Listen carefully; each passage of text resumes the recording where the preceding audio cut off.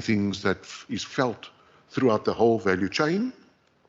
And so behind all of my tourism talk, and everything I'm telling you about is based on my single most important objective, Madam Chair and colleagues. It is to get a tourism-related job in every household in Cape Town. And so the next few slides will show you exactly what did we do, how did we do it, and what's next. Because there's a parliamentary oversight. You're going to be very interested in what's coming after all of this talk today.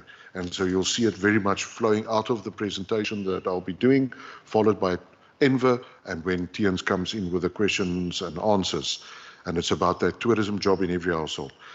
And there we have a 6-pillar strategy, Madam Chair. This 6-pillar strategy specifically talks to our value proposition, because in tourism, you can't be everything to everyone. Now, I know that you have oversight over the DDAT, which also has a tourism responsibility, and very similar to what they do, we are very laser focused. It's a joined up government. We know what DDAT is doing. They know what we are doing, because we have to dovetail, because we are leading as the city in the province. People will see the name Cape Town, and so we're very much aware that we lead with a very strong name out globally in Africa and domestically. And so the 6 pillars brings in our value proposition, how to present Cape Town to the world as a study destination, as a work destination, as an investment destination, as a live destination. And so you'll see later on all of those 6 coming very strongly through. The last one, I just want to say something about responsible tourism, and that's where Tians is my lead. And we are very proud of the work that Tians and the team is doing there to look at our responsible tourism approach in the future. Because the shocks and trends have prepared us from a day 0 drought to energy, and now into a COVID, and all of those things connected is a shock to the system for this tourism industry that is very volatile and very fluid. And so Tians will share with you in the Q&A some of the things we're going to do to position Cape Town with facts and not fiction as a sustainable, responsible tourism destination. In fact, we're gonna even go as far as to get a responsible tourism pledge implemented, where businesses will pledge what they will do to make their businesses and their practices much more sustainable, much more planet-friendly, people-orientated, and product delivery. The 3 Ps, product, people, and place. So, Madam Chair, the Tourism Development Framework, you'll hear us often talk about this in our meetings and in our stakeholder engagement. So what is this plan? What is this framework that you talk about all the time? That is our blueprint. No pun intended, because we are a blue government, but it is our blueprint for tourism delivery. This is a blueprint that I'm really, really proud of. I treasure it. I am very much living it every day in what I do. And I speak for the whole team, because they have delivered this framework over many years of experience, of knowledge. And we have now a tourism development framework which speaks to key deliverables, from visitor comfort, organizing for growth, generating community involvement, stimulating demand. So those are all sound bites. And behind each one of those sound bites are a plan that's being delivered. And again, the performances that I've mentioned in the very beginning of my talk didn't happen by itself.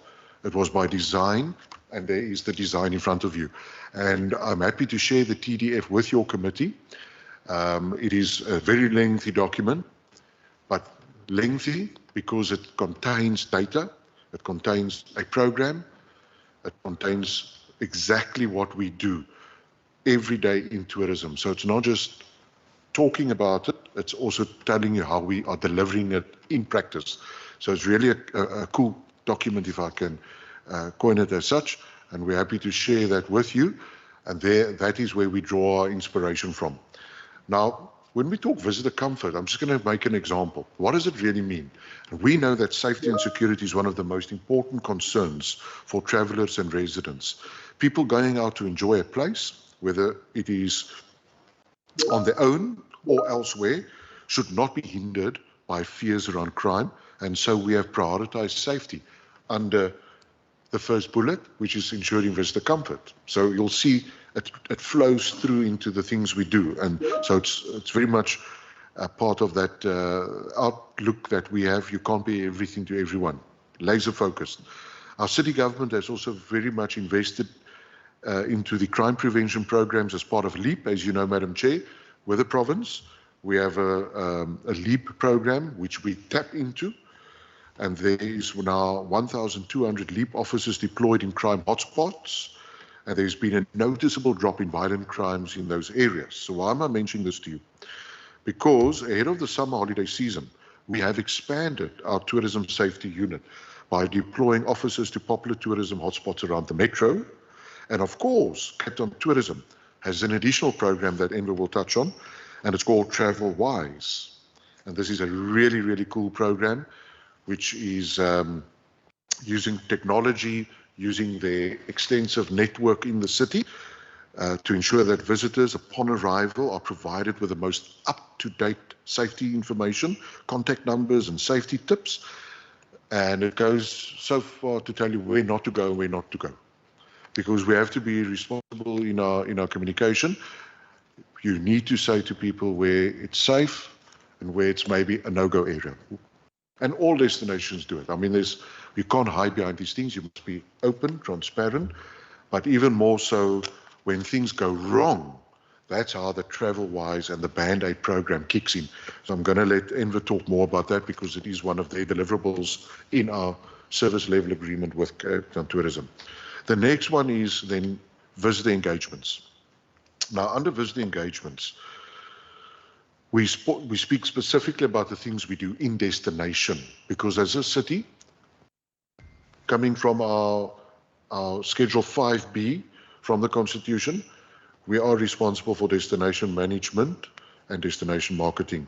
But in our service level agreement with Cape Town Tourism, they are our delivery partner in our visitor communications, our destination services network, and there we have a very exciting visitor experience center located in the City Hall, and I would like to encourage the members to visit our visitor experience center. So it's not your traditional VIC, your visitor information center with a big I. We have scrapped it. It's an experience center. So from the moment you walk into the visitor center on the ground floor of City Hall, located in the heart of the CBD, you'll be taken on a journey. They'll show you all of the products and experiences that are on display, that's available, where to go, and a lot of other key things or cool concepts that you'll see in that visitor experience center. And it's all essentially we're here and itching to welcome you. We want to make people excited to enter through those doors. Also supporting the industry means engaging with communities around the various iconic sites. And that's where we assess conditions and working with partners to unlock the greater potential of these spaces. I want to use one example, the Kailicha Lookout Hill. There's an old tourism facility there, and we are in the process of reimagining that building in the tourism and business ecosystem. And so Tiens is the lead on that program for me. He'll talk more about what we're going to do there so that we can use it as a business incubation. So how do we turn our assets into places that is alive with possibility for tourismpreneurs to come in, run their businesses, and do their experiences from that particular point into Kailicha and beyond. So that is a cool way how we're doing some innovation with our assets. We work closely then, of course, with coastal management. We work closely with our transport colleagues because of the My City bus, where we would love to see many more locals and visitors use our transport network. So the team is looking at sharing data and application on how do we make it easier for locals to go onto the My City and then not only use the My City as a mode of transport, but use the My City as a point of departure into your next tourism experience. So there's a lot of work being done behind the scenes, getting our departments to dovetail nicely in terms of what we do and what they do, because that is a problem in government. There's a lot of silos But in tourism, we're trying to cut through all of those silos by using innovation and technology. And then, of course, leveraging our events is an important one. Maybe just on this slide, destination marketing. Madam Chair, we also, as a city government, fund Westgrow, but not for tourism per se. We fund Westgrow to do our investment promotion and our export promotion and our air access program and our cruise Cape Town program. Because Westgrow is responsible for marketing the province. So our service level agreement with Westgrow is very specific on those 5 deliverables, from investment to export to cruise to aviation. And the 5th one we've added there now is green energy, because that's very important. It cuts through everything in the economy, green energy and technology. So that's the 5th one. But in tourism, we contract with Cape Town Tourism. They are the city's DMO, as you can see on bullet number 2, where we have a 3-year contract with them to do services on our behalf, and Enver will talk more about that.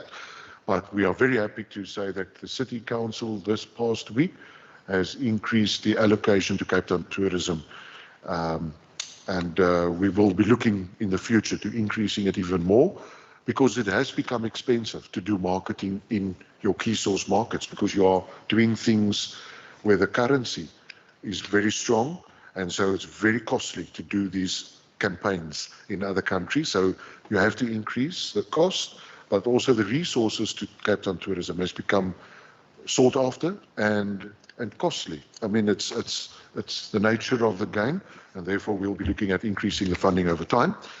We've also launched digital campaigns in London, Brussels, Paris, Rome, Munich, Frankfurt, Amsterdam. That's our European campaign. So we went social. We went heavy in with a digital campaign using TikTok, Facebook, Instagram, all the social media platforms, because we wanted to stimulate as much new demand out of Europe. And then that came back as a huge success, because it was our first attempt at doing such a massive digital campaign. And now we did it in America, North America. We did 4 cities because we had to align with the new flights coming in from New York, Washington, and Atlanta. They look at point number 4. You'll see that we have over 23 million impressions and over 8 million reach, surpassing our targets by over 500%. So the North American campaign was also massively successful. Our domestic campaigns, I know the colleagues, the honourable members will certainly ask me about what are we doing for locals. We have a Find Your Freedom, What to Do in Cape Town, and a pocket-friendly campaign. I know campaigns have end and beginning dates, but our pocket-friendly will be with us forever. So it's a laser-focused, purposeful pursuit to get locals to enjoy the city at an affordable rate without breaking the bank. And so there, Cape Town Tourism, again with the benefit of having a very extensive membership base, we can tap into their products and make it accessible and affordable for locals. Then our gateway to Antarctica. We are certainly very mindful of the risks associated with this, because we don't want to market Antarctica, because we want to be careful. There is a treaty in place, a pact among cities. We're not marketing Antarctica for tourism. We are saying Cape Town is the gateway to Antarctica. So we're saying to the world, if you want to go to Antarctica, first come to Cape Town, soak up the sun, and then hit the snow. Come here to stock up, and then go over to Antarctica. Because Antarctica, as we know, it's research, logistics, it's science, technology, and then tourism. So we must be very mindful not to do anything that can harm the 7th continent of this world. So we are only positioning Cape Town in all of our marketing as the gateway, because there are many other cities that have also that same status. So we are saying, come to us, because we've got the world's best airport. We have the best hotels. We have all of the things you need for your trip. So that is how we are doing our Gateway to Antarctica program. Then, as you know, the city government is a proud funder of the World Travel Market. That's our iconic signature event. And we are using that event to get lots of business into Cape Town. And as the city government, we have also participated at the World Travel Market London, so that we have a presence on the floor there as well. And we have sister city agreements. That's a benefit or an advantage of a city government. You can form city partnerships, what we call sister city agreements or twinning agreements. I've just come back with Mayor Lewis from Kenya, where we've signed a city-to-city with Nairobi. Enver and myself were in Brazil, Sao Paulo and Rio last month to look at the possibility of doing twinning agreements with Rio and Sao Paulo to establish a south-to-south travel corridor, because there's currently nothing. We know in September, Latam will be flying from Sao Paulo to Johannesburg. But what we are pursuing is a link into Cape Town, either a triangular or a direct. And we will purposefully pursue a link between South America and Cape Town so that we can open trade and travel. So sister city agreements is one of our I don't want to call it a secret weapon, but it's a tool available to us to be quick to respond to opportunities that exist out there in the world, because a lot of people want to do business with Cape Town. So we are, dare I say, sport for choice, but we're very much mindful and appreciative of this trend, that there's a lot of interest from the global market into Cape Town. Madam Chair, leveraging events, you specifically mentioned this. Alderman, if we can just quickly address the mic issue. 1 minute. Unless you can just try Enver's mic as well. Mine also seems to be a bit soft. Yeah, it's all off, yeah. Okay, let's just give it a minute if you don't mind, so we can sort that.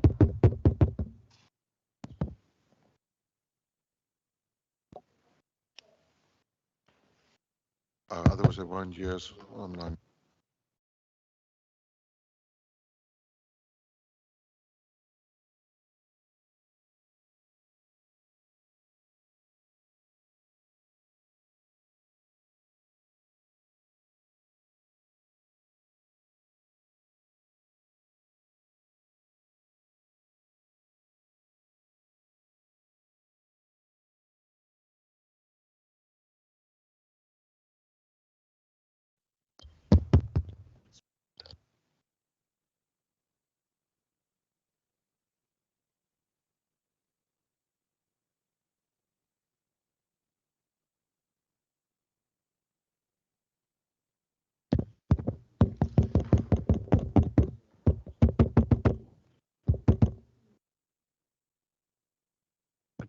But not through this, other than.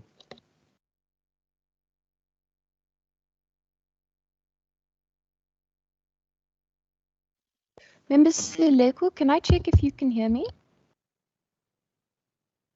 Chair, I can hear you loud and clear. Thank you very much. Okay, Member Seleko is unmuted, but I can't hear Member Seleko now. So I think we do need to look into this. Kyk julle live, please, dan kan julle sien wie almal gesit.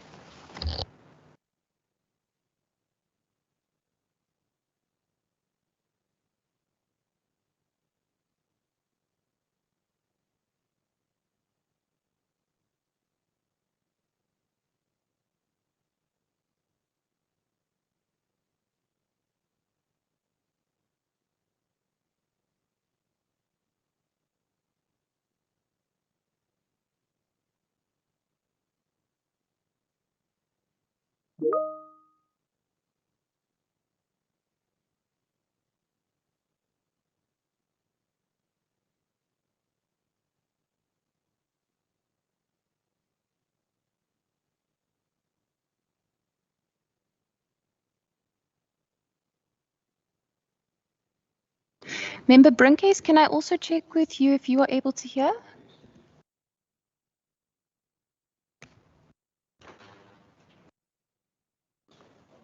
Member Brinkes? Yes, Chair, I'm able to hear. Yes, thank you very much. Okay, I see Member Brinke is muted for a bit, but also couldn't hear him. Hello, good morning, Chair. Yes, I Member can hear Brinke, you. if you could please try again. Yes, Chair. We seem to be having an issue. Thank you so much. Yeah, we're speaking to ITC now. Okay. IT is just on this matter at the moment. We're trying to see why it is that we can't hear those on Teams. And also our mics are very soft. So we're just addressing that quickly before we can continue.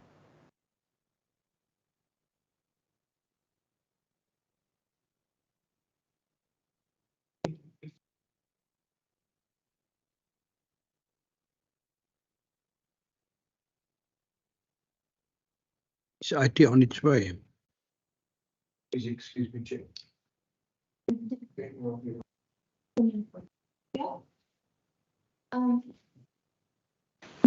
Members, what I'd like to propose is that we take a 10-minute break. You can go get a coffee and some food so long, and then we'll reconvene at 1:45.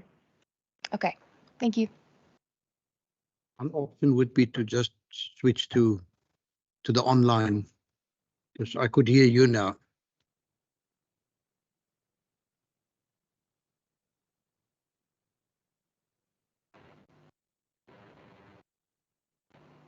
But I told them that we can.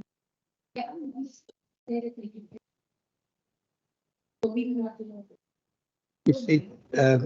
Shiraz, it's this that's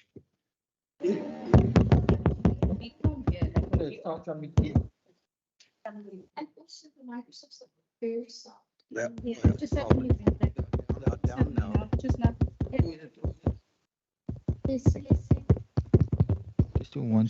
What you could hear was over the laptop mic. Oh, okay. Oh, I see. Yeah, that was. We're on a 10-minute break. They're going to be better.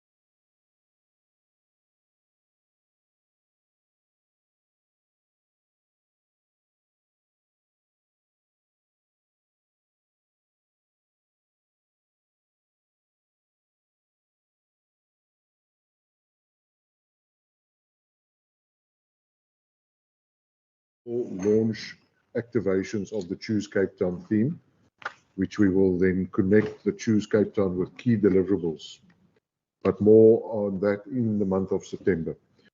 Now, Madam Chair, colleagues, Cape Town has a very strong events profile on the global stage, but I know there is scope for more.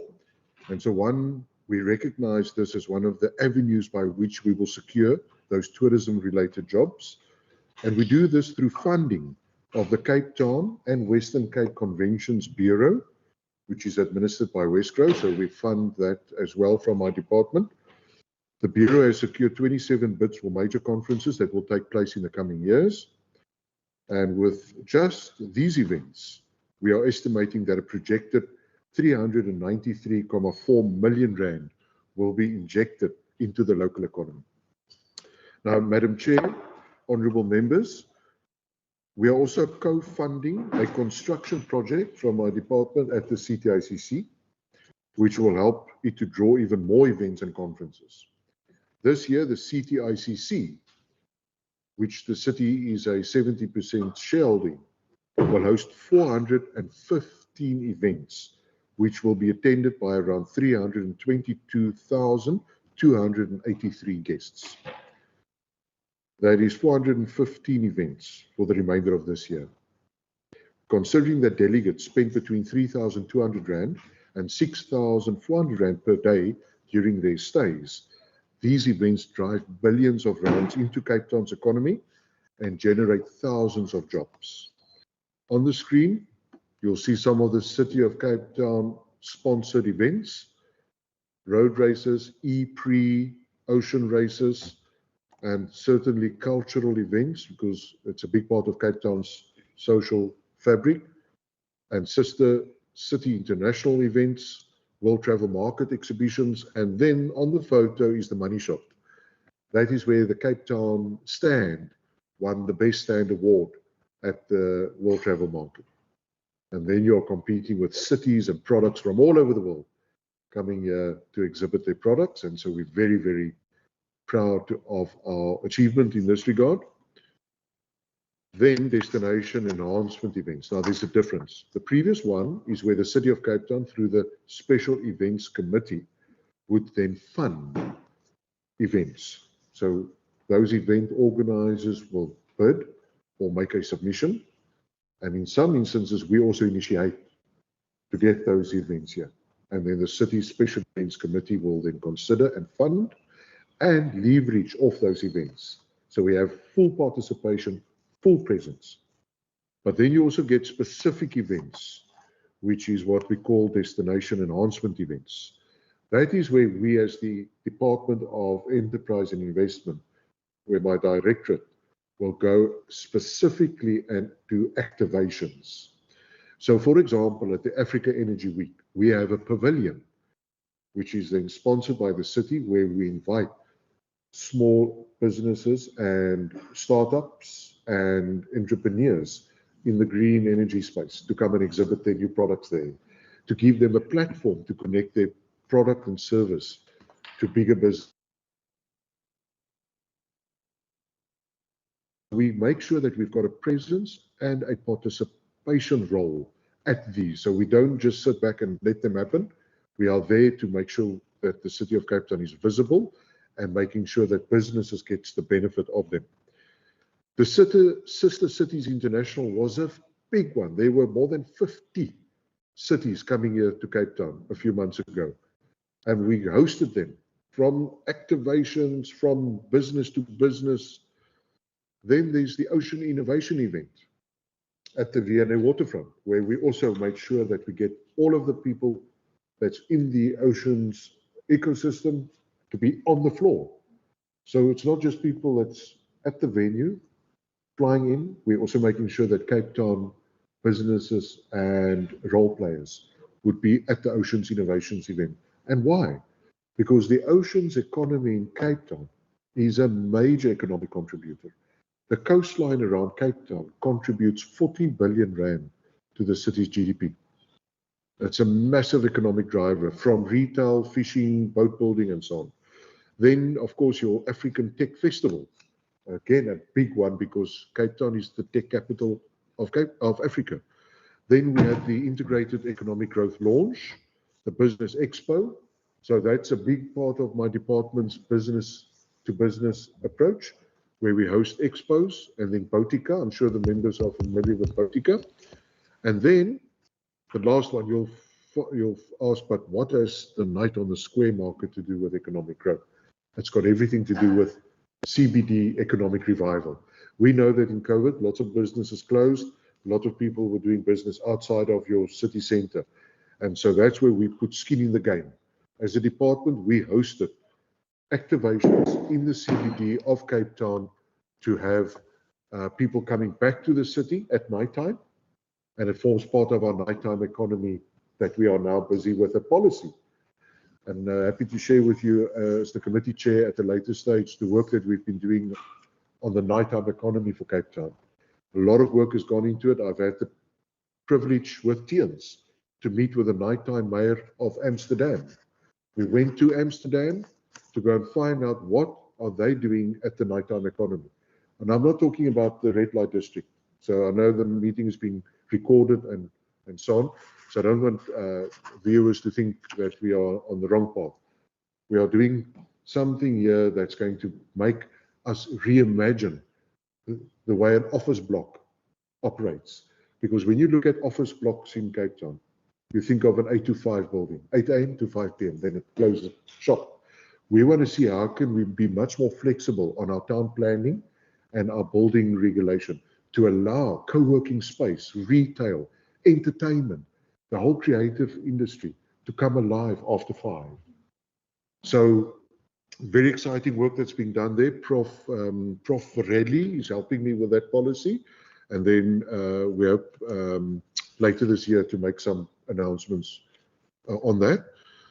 Then strategic interventions. Madam Chair and honourable members, air access. The City of Cape Town is a proud funder of air access. Why? Because it connects Cape Town with key source markets. It helps us land flights, because when those flights land, it's the money shot. The whole world will see that there's a new route. And then it creates an appetite for other airlines and for other cities to do business with us.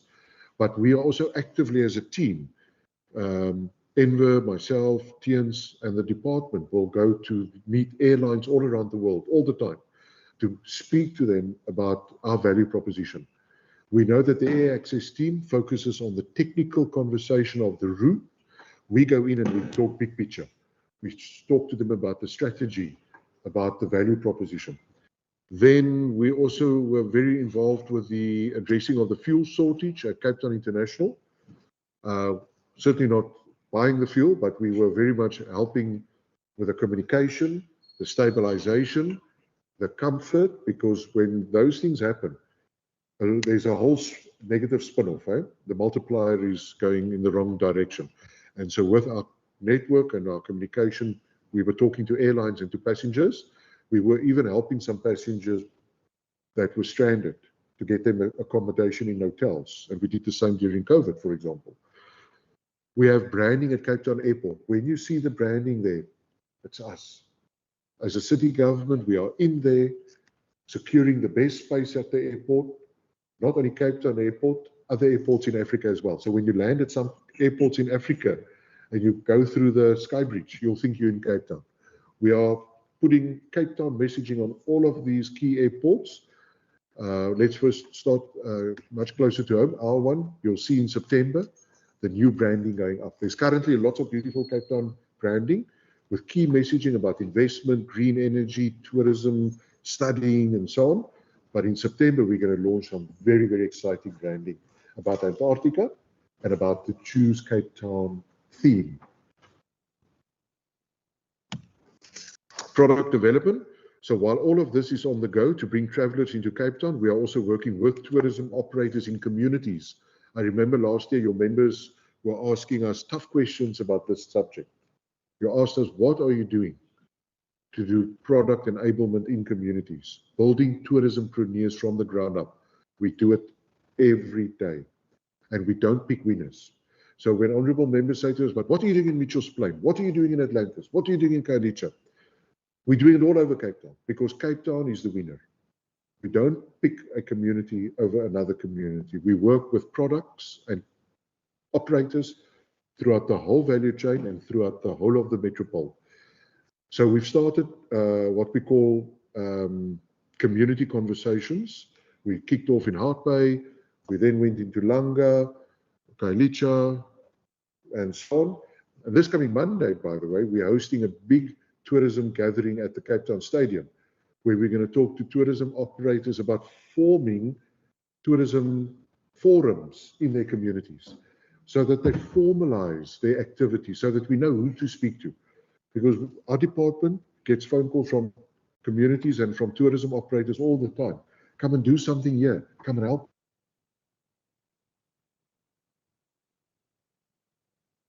To talk to the tourism players and to do projects and programs with the body so that the department spends its resources and its time more adequately and more strategically than being pulled into different directions, because tourism businesses out there are hungry for work, and we are very much keen to help them and to do things in communities. So this Monday we'll be launching then or doing a big event with tourism role players in the city. We also, through Cape Town Tourism, they'll talk about it. They do the neighborhood experience development. Very nice program, colleagues. That's where they work with tourism businesses. One-man show, a big business on their product development, their pricing, their customs, their religion, because halal tourism is a big thing for us. So you must pay attention to the preparation of the food, the call to prayer, the whole operation. So there's a program where we run with businesses on paying attention to the detail so that you have return visitors, because if you give them a good experience and you pay attention to detail, they'll come back. So the neighborhood development manual is something that we are very proud of, and Emma can touch on that more. And also because destinations don't exist on paper, Madam Chair and honourable members, it exists in real life, real people. And so because what makes a destination stand apart is its people. So we run programs as the department with Cape Town Tourism and through my small business hub.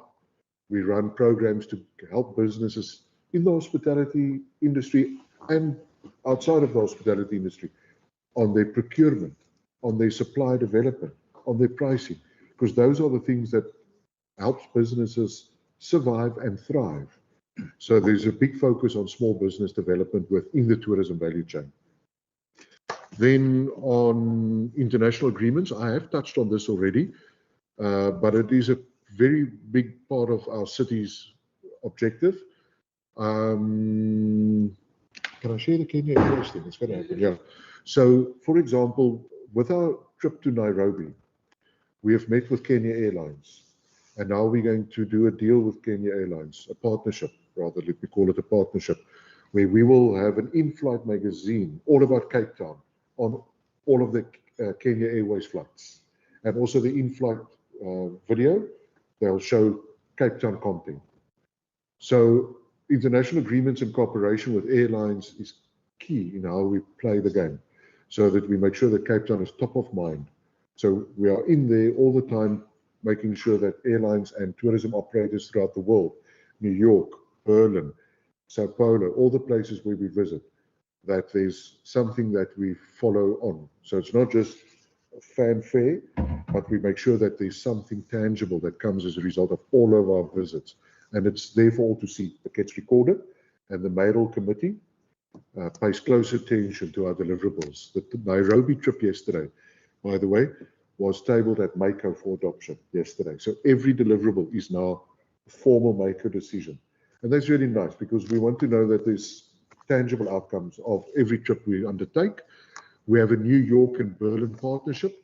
I want Enver to talk about that, because it's a very exciting, cool city concept that we're working on. I've touched already on the Antarctica Gateway.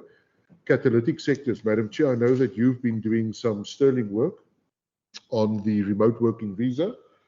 I know that your committee has had the pleasure to interrogate Department of Home Affairs on this matter as well. So it's a big issue, the remote worker visa, because if we get it right, many more people will visit Cape Town and the Western Cape and South Africa. Just want to, I know that you quickly had to deal with that issue. I just want to, for the record and for you to hear me again, thank you and the role that your committee played on the remote worker visa and the hearings you held with Department of Home Affairs. And you and I have had many conversations about this in the past because it is a game changer.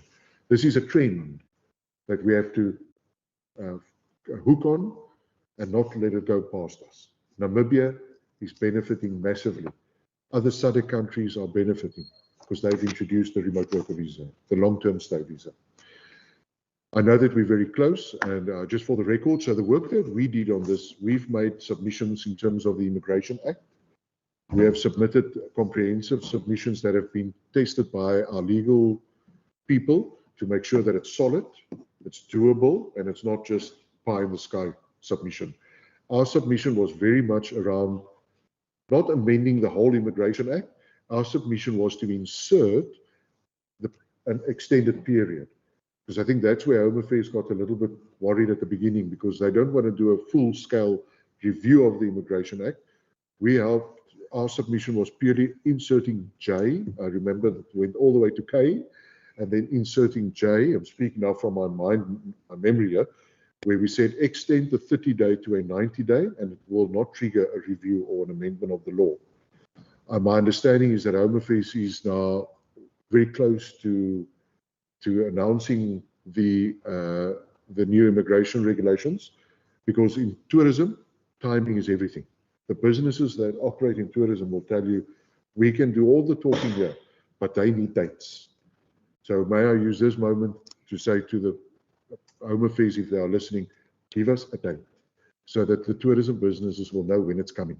Because what we have done on this, Madam Chair and honourable members, we have had extensive sessions with industry to align the product and the price.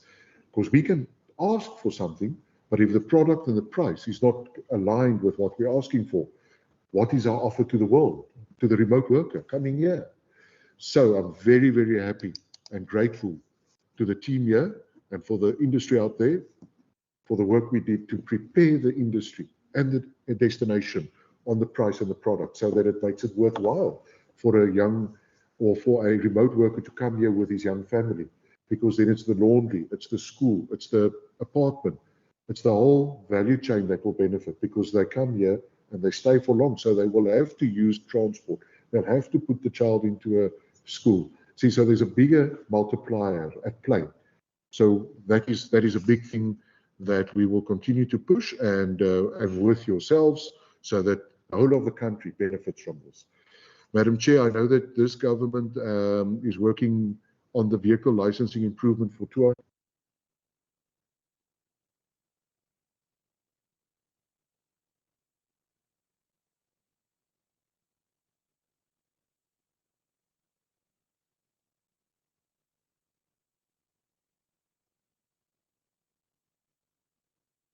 Resolution taken, and then the airport expansion, very key to our destination. The new runway, or should I say the additional runway that's going to be longer in length, because size doesn't matter when it comes to aviation, because if you want to land those bigger aircraft, you need a longer runway. And so the Code F aircraft requires a 3.5 kilometer runway. I know that the environmental impact assessments are concluded, because our city government was very much involved with the airports company in the scoping, with Swartklip, and a whole lot of other important contributing factors. So we will continue working closely with AXA, and we are very much involved in the Aerotropolis conversation with them. My department, through my investment facilitation branch, is involved with all of the conversations around their future expansion. We are on it because it's key to landing more flights, and even to consider a 24-hour airport. Because if you want to be competitive in the world, the airport can't shut down because maybe people are worried about the noise. But let's talk about it. Let's think about how do we mitigate that? How do we adjust the hours of the airport? So that I was so surprised to see Nairobi airport when we landed there at 12 o'clock at night. That airport was cooking with gas. I don't know if that's the right terminology to use when you talk about airports. But it was fantastic to see how those international flights were still arriving beyond 12 o'clock at night. So, subject a talk for another day, I know, but it is something that this government and our government must talk about, is how do we get that airport functioning longer hours, because it's only going to benefit travel and trade much more extensively. And then you open up new opportunities in the world, because airports is critical to your value proposition. Now, I know that you've asked me to also talk quickly about what the department does beyond tourism. So I just want to get, so as the department, we also look after small business support, investment facilitation, and there we go. So I was going to try and speak from memory, but it's best to have it there. So don't go off script. So tourism and place marketing is one of the branches. Our investment facilitation is another branch, focuses on all the investment facilitation from Atlantis and all the big deals that you see landing in Cape Town, Roche Pharmaceuticals, and the list is endless. That's where we facilitate those investments face to face, and where we sit down with those developers and we make it happen. Growth coalitions, it's a new one that we've now established within my department that's going to talk specifically about the high-performing sectors. So clothing and textile, boat building, call centers, food and beverage, technology, financial services. So all of the big sectors in Cape Town, the team will establish a growth coalition for each one of those sectors. That's where we talk about product development, market, export, etc. And I've already touched on small business support. And then the other one that you'll see there is workforce development. That's a new one. We've been doing it for a long time and very successfully, but it's not something that local governments do. But we have realized that if you must ask a business, what are your biggest risks? Ask a business today to draw up a risk register. They're going to put energy at the number one. Safety may be number two. But they should be putting skills at number one. We have a skill shortage. We mustn't train for training's sake. We must train for those high growth sectors. And so we have a dedicated workforce development team in the department that does some sterling work on the skills development for call centers, boat building, clothing and textile manufacturing, and so on. Then this is just a quick performance snapshot.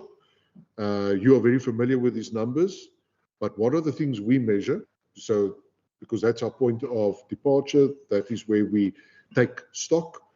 Tourism, we have in Cape Town Tourism, a unit that does all of the data analysis for us, so that we know what are we getting.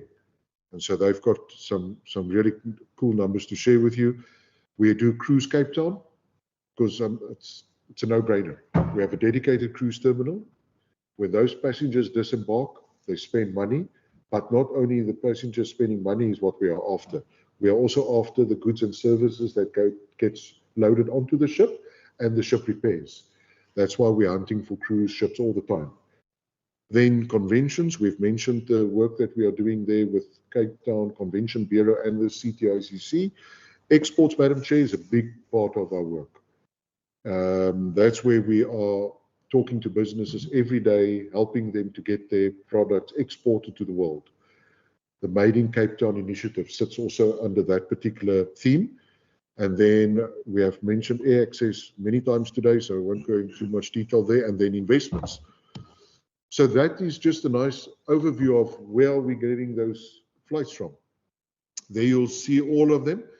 We have now 23 international routes or airlines flying into Cape Town. And we have 194 international flights landing in Cape Town every week. And those are the ones you can see there on the screen. Check that at the bottom, Antarctica. We've included that because it is now part of our value proposition or in terms of our destination offer. But the one that's missing, Madam Chair, is the South to South America. Let's hold thumbs.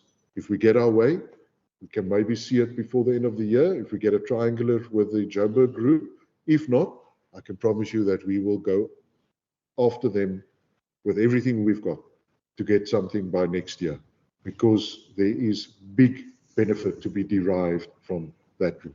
We've seen it firsthand. We were there in destination to go and check it out. There's lots of opportunity. But in any case, there you go.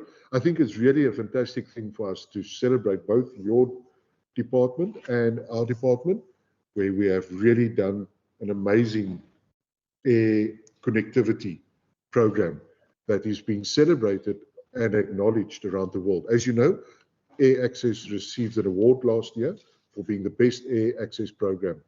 So it's definitely something we can all be very proud of. Then on investment facilitation, those are the type of businesses. I know that honourable members last year asked towards the end of our talk, but you always talk about these businesses. Where are they? Who are they? And we thought, but you know what? Let's go and take stock. Let's go and think about the things we do in the economy, because it's absolutely by design. And there you can see 33 billion rand worth of investments have gone through our investment facilitation branch. And those are the type of companies that we've landed. Oceano, Didi, Roche, Hisense, Terraco, AWS, which is your Amazon Web Services, Kway, and the list goes on and on. So those are the big ones that we work with. And that is where people ask, what is investment facilitation? That is where we sit down with investors face to face and we help them with their town planning, with their building application, with their electricity connection. We take them through the whole process to help them set up shop and open their business. Enterprise development. We have a very successful Jobs Connect program in Cape Town. In the next few weeks, I will be announcing the continuation of the program. So I just want to say, because I know the meeting is being recorded, that the Jobs Connect program, we've started Jobs Connect and we will continue with Jobs Connect. The reason why there's a small interruption is because we had to put the program out to tender again. Like all things in government, they run out. And you have to do the right thing, you advertise, and the market has responded very positively, and we will now continue with Jobs Connect come the 1st of July, but we're going to go bigger and better now this time. We have tested this Job Connect. There's a lot of people hungry for work out there. You can see the numbers. We have recruited 66,000 people in 2 years, and we've placed, this number is now somewhat outdated, but we have placed just under 10,000 already. A lot more have been trained, because Jobs Connect works around making Cape Townians job ready. So maybe just quickly explain how our program works. If you're a job seeker, you go onto the Jobs Connect platform, you submit your CV, the program will tell you if there's a shortcoming in your CV, and then immediately it will give you the training you need to apply for the receptionist job or the logistics job, whatever is available. It will connect your CV and your application to available jobs in the private sector. Now, how does it work on the private sector end of it? All the companies in Cape Town, we continuously work hard at this to get them to get all of their vacancies listed on the platform. And then we connect them with all the vacancies that's available. And there are lots of vacancies in the private sector, Madam Chair. We work with big corporates, small businesses, engineering firms, logistics, all over, to connect Cape Townians with those jobs. And the program is working well, and 1 July we'll continue with the program, so that we can put more Cape Townians into work and make that unemployment queue shorter. Madam Chair, you've asked me to touch on the ease of doing business. I'm very happy to do so, because it's something that we are really, as a department, very proud of. In 2018, the World Bank discontinued the ease of doing business ranking. That's where they rank cities in terms of access to services, approvals for connections, etc. As a city government, our obsession is to make Cape Town the easiest place to do business. That's our mission, and with the levers in our control. We have come up with 10 indicators, from construction connections, electricity connections, business permits, business licenses. There are 10 indicators. And in all of these 10 indicators, we have linked them to time frames. They are all business facing. So if you make an application, you can see on the investcapetown.com website exactly how we are doing in terms of these 10 indicators. So it's going to push this city government to do things quicker, more efficient, but it's also going to give us an honest, genuine insight into what's wrong in the system. Sometimes there are procedures and processes that take too long, and then we can fix them. Or we can decide it's no longer needed because things evolve.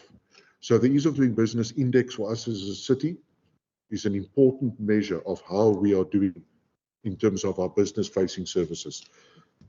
Those are the growth coalitions which I've already touched on, but just for the committee to know which ones do we focus on, because people often ask, but James, what are the sectors that you guys play in?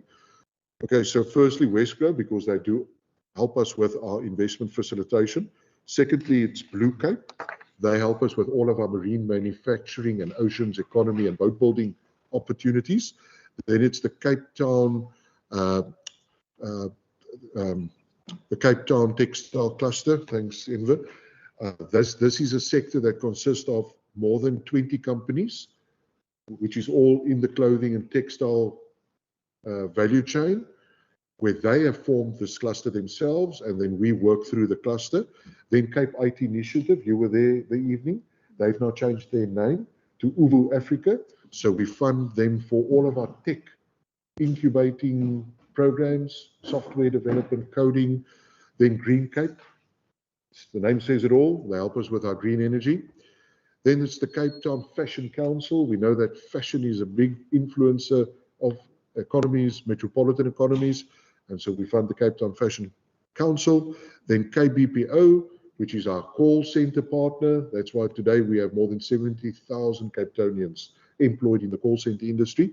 And so through KBPO, we do the training, we pay the stipend, and we place all of these Cape Townians into jobs. The success rate is massive. The dropout is very minor, because if we can't find you a job in a call center, then we're going to find you a job elsewhere. That training is not going to be for nothing, because, I mean, it's just a no-brainer. So the dropout is very small. We've put money into this program over the last 3 years, and we will continue funding this program in the future, because it attracts call centers and it trains Cape Townians to fill the seats in those call centers. And then we have CDI, it's the Cape Craft Design Institute.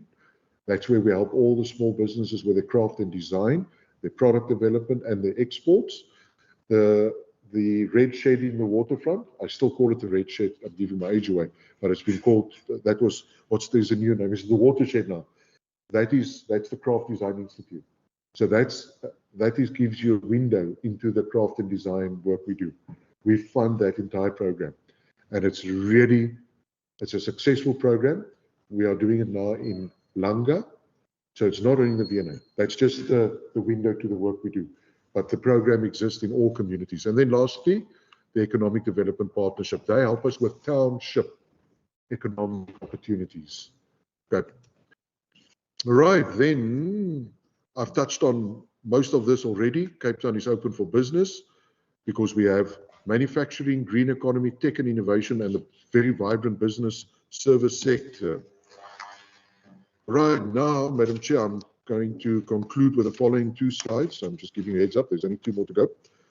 This is the things that we're going to do again. I think this is the journey ahead, because the committee has oversight on the things we do, but you will also ask us, what are you going to do now next? So on the next, we are going to launch very soon an investor center at the City Hall. On the ground floor, we have Cape Town Tourism doing all of our visit information services. But on the same floor, our plan is to open up an investor center, which we can use then for all different activations. Because the City Hall has gone through a major upgrading, and it's a beautiful City Hall. I encourage members to go and visit the City Hall. There's the Nelson Mandela Museum. There's the attic, where you'll see all of the displays of Cape Town on an exhibition floor. The artwork, everything is there. And then, of course, our visitor experience center. So it's a whole new look City Hall. But on that ground floor, we have decided as a department that there's opportunity there to put in an investor center, which can talk to all different parts of the economy, when we host delegations, when we do product launches, that we can do it from there. Because the City Hall is like the iconic building in the CBD, and we think that would be a perfect fit. We're also going to have a refreshed Invest Cape Town digital presence. In the meanwhile, you can check us on investcapetown.com. It's a very nice website. It's got everything we do, all the things we offer, but it's going to go through a complete revamp because there's international attention to our Invest Cape Town brand. I've already spoken about our Cape Town Airport branding and Antarctica. Tiens is going to lead for us a new tourism development framework beyond 2024, because the developed tourism TDF is up to 2023. That's the date. It's a 5-year plan. And now in 2024, we'll start the process to do a new TDF. We're going to launch, and this is Cape Town Magazine. It's a magazine that will be on digital platform and in hard copy in airport lounges, in-flight magazines. So if you open that magazine, you'll be holding a piece of Cape Town in your hand. It will tell you everything about the city, what we do, who we are, and the team has been doing a lot of nice work. In fact, the photographers are now out going to capture some magical moments of Cape Town so that it's alive with possibility magazine that will tell you everything about the city and why you should come here. Our renewed responsible tourism drive, and then we will also look at a tourism employee ambassador program, where we work with communities, in communities, using community members to help drive tourism transformation. And then the last slide. So if you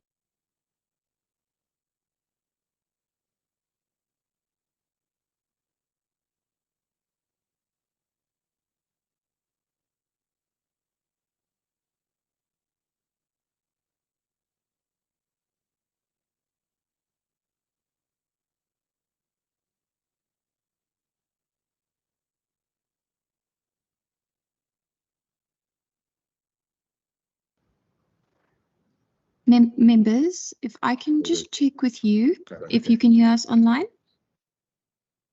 Okay, cool. I think there was just a delay or lag in the connectivity. I can hear you. So, Madam Chair, honourable members, this slide sums it up. A tourism-related job in every household, and you can see today how we will get to that milestone, because that will be a big game changer for households in Cape Town and for our economy. Secondly, productivity. We have to find ways to help Cape Town businesses produce more, because if they produce more, they employ more. And those are the tradable sectors. So we have a dedicated program called Productivity Efficiency Program, PEP, that works with all of our producers in Cape Town, where we go in, we help them with their productivity journey from product concept right through to the actual product development and then getting that product to market.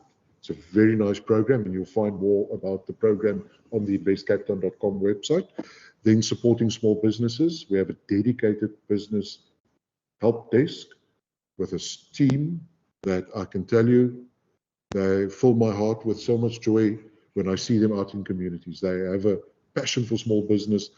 They make a plan. You know, we don't, as this department, have funding and all of the answers, but what we do have is the will to succeed. So we work closely with partners, CEDA, CIFA, NYDA, and all the banking institutions and many others, the South African Furniture Manufacturing Institute, you name them, Sarebi, the South African Renewable Energy Incubator. Our business help desk has a link to each one of those business development agencies. And so when people come through our door, or they email us at business.support@capetown.co.za, or they phone us, we will link them with someone who can help them. And we will also, as a department, bring them into our program, which is supply development, smart procurement, because that is the fundamentals of a small business. I've touched already on workforce development, but there's much more to be said about that, because as a joined up government, skills is going to be the thing that's going to drive economic growth. Infrastructure, yes, but skills, you need both. Then property transactions. Next week, we'll be releasing land in the city via auction for private sector development. The city government unashamedly releases land to the private sector. Why do I say unashamedly? Because there are views which we don't agree with, that the city must hold on to its land. We are not a land bank. It makes absolute business and economic sense to release land to the private sector to stimulate development, residential, commercial, social, in all parts of the city. Construction jobs, new rates are generated, new revenue streams are online. So next week we'll be releasing more of these land into the private sector for development opportunities, and we're continuously doing that. Atlantis Special Economic Zone is a prime example where the city government made 96 hectares of land available to the provincial government to form the Atlantis Special Economic Zone. So we're using our land very strategic to unlock opportunity in the economy. BioVac, another example. Did you know, Madam Chair, that only 1% of the world's vaccines are produced in Africa? We're going to change it.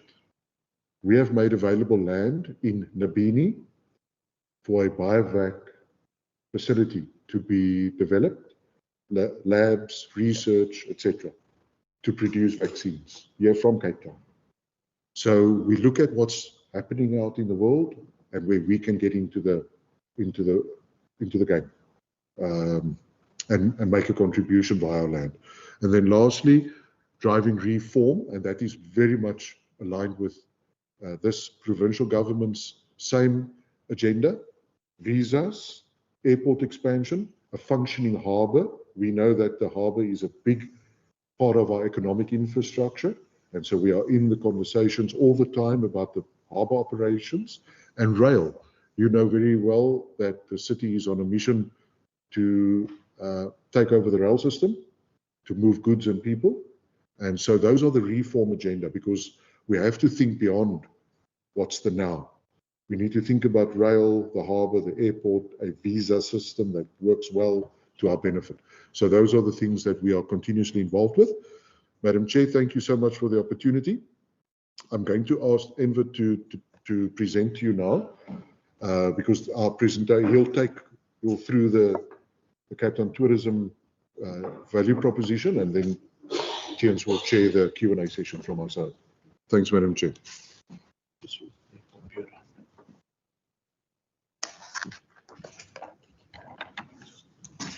Just mute you.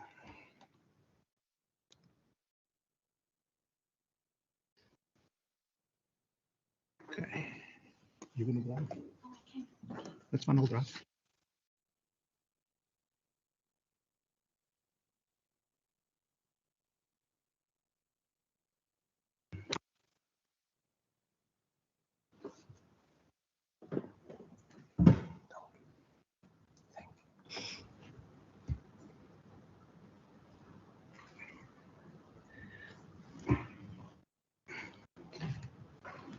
Let's do this.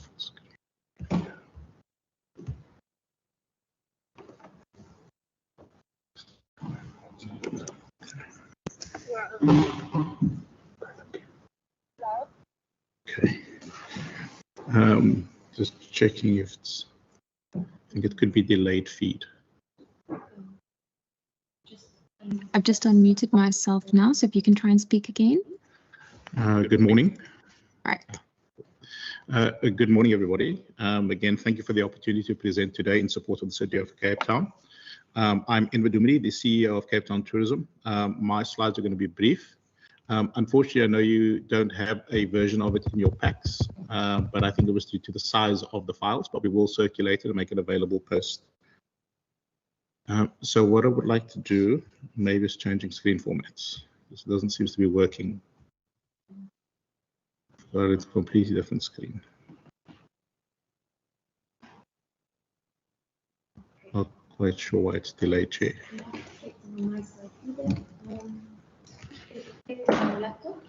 It is on the laptop, but it's not. Okay, maybe I'll just stop sharing and then reshare. I see it, but I don't see it changing. Yeah.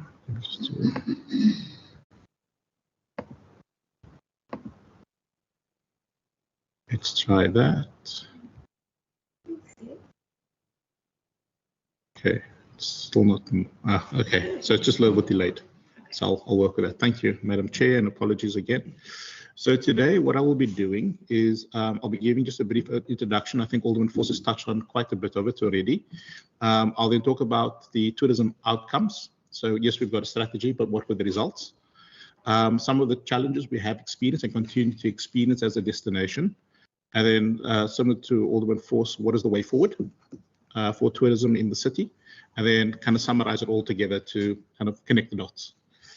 So what I would like to do is maybe just start then with a bit of a looking back. As Alderman Force has spoken about the CAR, which was the strategy for when COVID hit us. At that stage, when we were going through it, we realized that tourism recovery was estimated to only happen by 2024. So that was a big shock for us, because remember, again, tourism was shut off, events were shut down, conferencing, etc. And because of that, we had to reassess what recovery would be and by when. And what we were comfortable with is that the adjustment plan that we had was adaptable, and we started seeing growth from a domestic market perspective. So we did pivot at that stage. But more importantly is that the accelerated growth started happening already in 2022, and we actually revised it back to 2023, potentially. However, Omicron hit in our high season. And then again, we had to readjust our forecasting. So currently forecasting to 2019 levels is expected by 2025. So even though we had a good summer, we must be careful to not just assume that all tourism is performing exceptionally well. There's still a long road to recovery, but what we are comfortable with is that the accelerated growth over the high season has allowed us to accelerate few of the experiences, activities, and also the economic outcomes of the strategy. But the question is, so what? What have we achieved and where are we going to next? I think when you look at it is that there's definitely positive recovery, and the recovery that you're seeing there of arrivals is total arrivals. Yeah. So as much as Alderman Force has spoken about international arrivals, which has surpassed our forecasting. And if you look at the high season, we take the high season in totality from December till April, we're sitting with about 102% recovery on international. The challenge is domestic. It's only sitting at 70%, and domestic is our volumes. So as much as international tourists are great and they do the spend on a value perspective for your economic growth, your volumes, which affects then also your occupancy levels, attraction numbers, etc., is driven through domestic. We ran a survey in February with the domestic market, and 73% of them that decided not to travel over the festive period. The reason was affordability. It's financial constraints. It's not the price of the service, it's the fact that there are other priorities with increased energy costs, unemployment. A lot of people are opting to use their money for other things, the cost of school fees, etc. And we've seen also how inflation has impacted on people's decisions to travel, especially not travel. But what the positive part of it was, of the survey, was that from those surveyed that didn't travel, they said at least 67% said we would like to travel in coming months. And Western Cape was at the top of the list of the destination they wanted to go to. At least 37% of those interviewed said Western Cape. So again, as much as it's great news, we need to look at things in context, is that there's still a long road to recovery, especially from a domestic market that is under significant pressure. But the destination still continues to do well from an international perspective. We are still considered the best value for money destination in the world. This is an accolade we've received now for 7 years running. And again, it's a myriad of factors. The devaluing of the rand gives you a better hedge. But it's also about the experiences. And when you do a like-for-like, when you use the McDonald's index as an example, the quality of product and experiences you get in Cape Town, even at a rand and dollar-based value, is still cheaper, but at a higher quality. And I think that's all Alderman Force was talking about. It's the balance between value and value and volume, and finding the balance between the two. Alderman Force also touched on the global partnerships we have with New York City, with Berlin. We've also got a partnership with Airbnb. We are one of only, I think, 10 or 20 cities in the world that have a partnership with them, specifically around digital nomads. This is how what we've done is we worked with them in creating a hub where they can go and find out anything about the destination, everything from how to apply for visas, the cost, the travel, schools, all the stuff that Alderman Force spoke about is a central hub that Airbnb promotes globally to its millions of customers. We've also got we cannot just talk international, we also need to look at home soil. And we also got a partnership with Victoria Falls. Cape Town Tourism has partnered with the World Bank. Actually, the World Bank approached us to help Victoria Falls to develop their tourism. Cape Town Tourism is considered one of the best tourism bodies in the world. United Nations recognizes our visitor services as one of the best in the world. And the World Bank approached us asking for help. So what we've done is we facilitated and have held workshops with the team, both government and industry, of Victoria Falls to help them with the development of their tourism product and the destination marketing. The top source markets, South Africa, purely by volume, but again, not by value. UK, Germany, US, so again, Europe. So it's the traditional that we've seen. And then as an organization, we continue to also receive awards. We've received the Traflix Festival winner. It's a global award for travel videos and content. And Cape Town Tourism received it. So we are appreciative of that. And also our Find Your Freedom campaign, which is an avatar-built game that we've developed as Cape Town Tourism, has also won numerous accolades globally. Then the challenges. Always my favorite bit, because the thing is, if we can fix the challenges, the numbers that we produce currently can be exceeded. Safety is a major concern for us and continues to be, as much as there's a lot more deployment of resources. With increased poverty and desperation, tourists become easy targets. And we need to also note that tourist crime and soft crime specifically are becoming more sophisticated. We've also recently heard of a tourist being scammed of 39,000 Rand. Again, guys purporting to be security and informing a tourist that they need to get the permit to walk around the city, taking them to an ATM and doing a quick seeing their PIN and doing a quick card swap. And this is how quickly and it's organized. So what we need to realize is that there are going to be incidents like the missing German tourist, the Korean tourist that was mugged. But a lot of the more sophisticated ones is organized. And we need to be mindful of that. We do engage with the banks, with SABRIC, everyone else, to also see what other mechanisms they can put in place to assist us with it.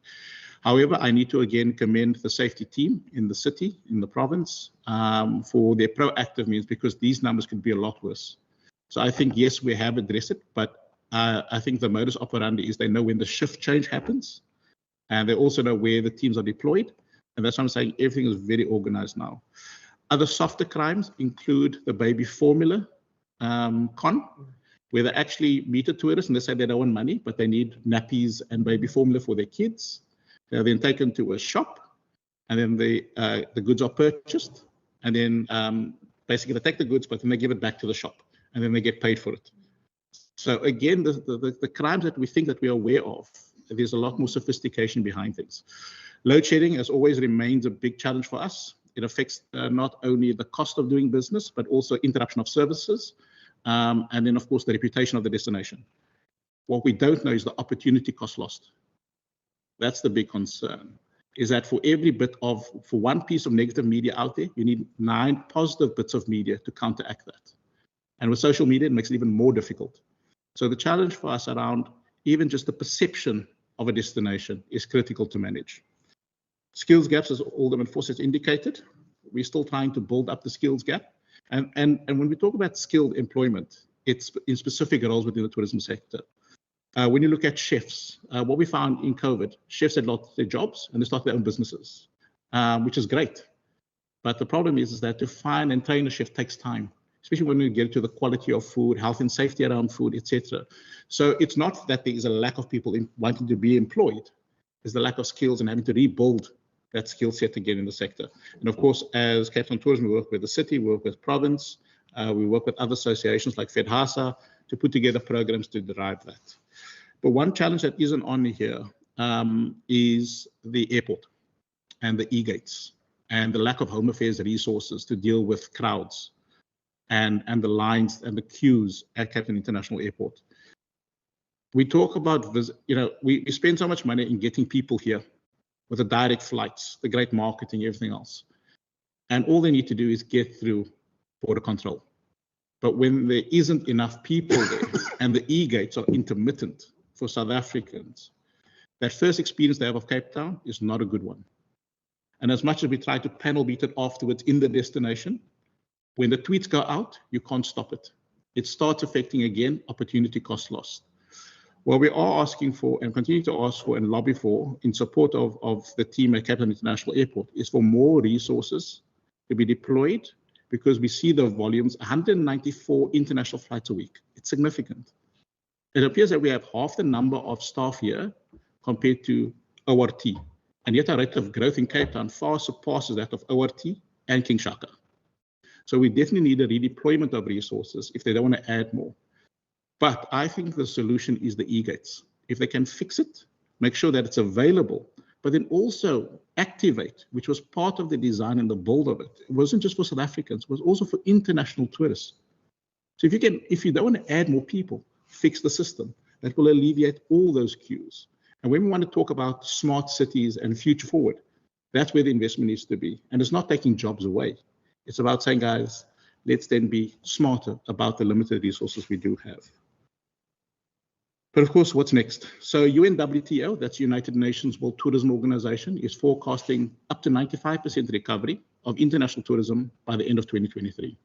As you can see, sitting at 102%, we're already surpassing that. So Cape Town is outperforming the international forecast. In fact, we already achieved it.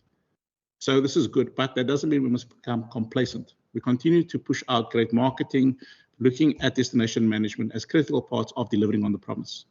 First, the safety, and I think all the enforcers touched on it. We do have a TravelWise and a Band-Aid program that has been running successfully since World Cup. TravelWise is focusing specifically on information pre and incident. So we try to create awareness around safety. We also got a partnership with Namola, which is a free app that you can download for any tourist. And if they're in distress, they press a panic button and services will be deployed to their location to come and assist. Again, free of charge, it's accessible. It's also zero rated, so people don't need to use the data on it. We then also have, one of the things we realized is that a lot of our content was produced in English when it comes to safety tips. There's quite a few destinations that are coming to South Africa now, or to Cape Town now, where English is not their first language, or they're not comfortable with English. And we've also seen the influx of Brazilians as an example. They're not comfortable with English. So what we've done is, in partnership with the city, and I would like to acknowledge the city again for their support there in translating a lot of the safety tips we have into multiple languages. And of course, we are going to digitize this soon so that we can make it available electronically. The ICASI program is a SME support program where we get captains of industry to actually go and work with SMEs. It's great to give skills development and have these workshops. But you actually want the guys that are the best of the best in accommodation, tour operating, etc., to engage and work alongside SMEs, because that's where experience counts a lot more than theory. So what we do is through the ICASI programs is we get captains of industry from big business within the tourism sector across the entire value chain, whether you're a tourist guide to a tour operator to an accommodation group, to work with these guys. And the interesting thing we find is that the bigger guys are actually learning from the smaller guys, specifically how to do a lot more with a lot less. Because I think that what COVID has resulted in is that with a lot less resources as a corporate, you need to be faster, smarter to remain competitive. And what the smaller guys are showing them is actually how to do it now again. So I think, again, this is great for us. The Future Leaders program is something that we are very proud of as Cape Town Tourism, is that we realize that there are deficiencies in the tourism curriculum. And a lot of it is still dating back to the 90s, early 2000s. And the world has moved on in tourism. And what we are doing as Cape Town Tourism, even though it's not in our mandate, and we do work with the Department of Education in the province, we can't rewrite their curriculum. But what we do is we have think tanks with teachers. Because one of the things we also realize, the teachers that are doing the tourism subject are not tourism experts. It could be the teacher that's responsible for physical education, for guidance. Okay, I'm giving my age away as well. But for other subjects. And that's doing a disservice to these kids who want to become the future leaders of tourism. So what we do is we take, again, the captains of industry, go into the schools. We work with the schools to help them. But what's great as well is that the captains of industry are also finding these gems of kids that they then take into the organization to be part of it during their vacation period. So we're really bringing them into the industry and they're learning a lot faster and on the job. And I think that's a lot more valuable for them. The Titans of Tourism is a new concept. It's never been done before, where New York, Berlin, and ourselves will be doing a 3-city campaign, a global campaign to create velocity of travel between the 3 cities. We already have the direct routes and connecting us, which was the key part of it. And what we're working is a first of its kind global campaign between the 3 cities. We are still fleshing that out, and hopefully we'll either launch it before the end of this calendar year. If not, it will be early in 2024. And then, as much as tourism is there for the able-bodied, we mustn't forget about the transformative power of persons with disabilities when it comes to tourism. And as Cape Town Tourism and the City of Cape Town, we take this very seriously. Universal access is critically important. But we keep talking about Cape Town being the most beautiful city in the world. But if you're blind or you're visually impaired, how do you translate that? And that's a challenge we always say to ourselves at Cape Town Tourism. You can always it's easy to market to somebody a destination that's beautiful, but it's even more difficult to convince somebody that cannot see it physically. So what we are doing is we are pioneering and we are launching in July the first Limitless Cape Town campaign and project called the Braille Trail, where we're going to be putting together itineraries for persons that are visually impaired across Cape Town. But what's even more exciting, we have funded and supported a gentleman called Winston Fani, who will be the very first blind tourist guide in Africa, maybe even in the world. And Winston's going to start taking people that don't have a disability on tours, where he's going to describe art. Now, isn't that just empowering? And again, the first of its kind. And what we want to do through this is to encourage others within the tourism space of what is possible when you can create a limitless Cape Town.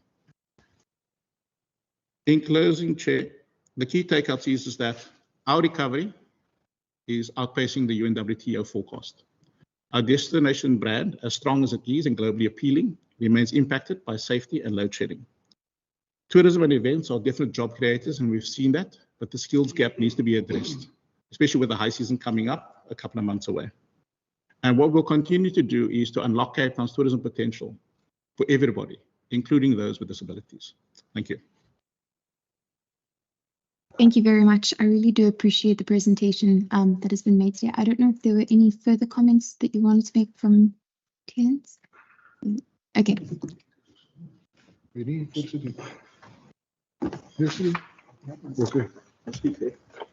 Oh, je moet met die computer praten. Okay.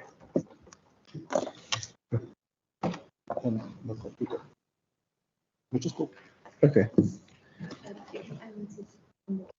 Yeah, should Right, can you hear me? Okay. Okay, if there are any comments or questions, we will gladly answer. I just want to make 3 important points. Firstly, we are led by the white paper on tourism. We are led by legislation, and therefore we subscribe to the principle of tourism must be government-led, private sector-driven, and community supported. And that's very important in the work that we do.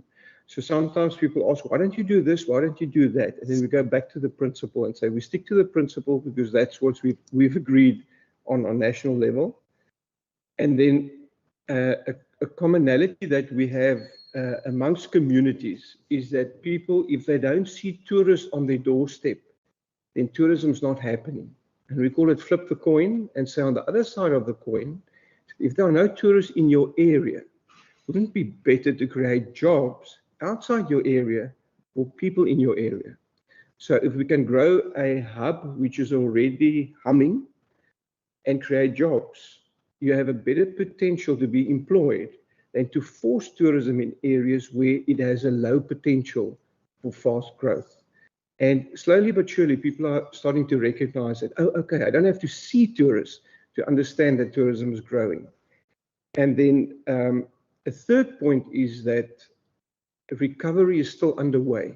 Many of the companies, especially those, or only those that have survived, will tell you, we incurred huge debts to keep our structures in place, to keep our staff in place, and those loans need to be covered out of the new profits.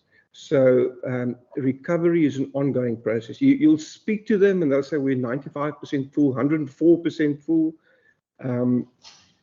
but we're not smiling yet because we're still carrying the burden of recovery. Okay. Open for questions. Thank you very much, members. We will now move to an opportunity to ask questions.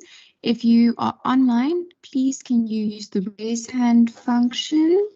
And if I can also get an indication from those in the house.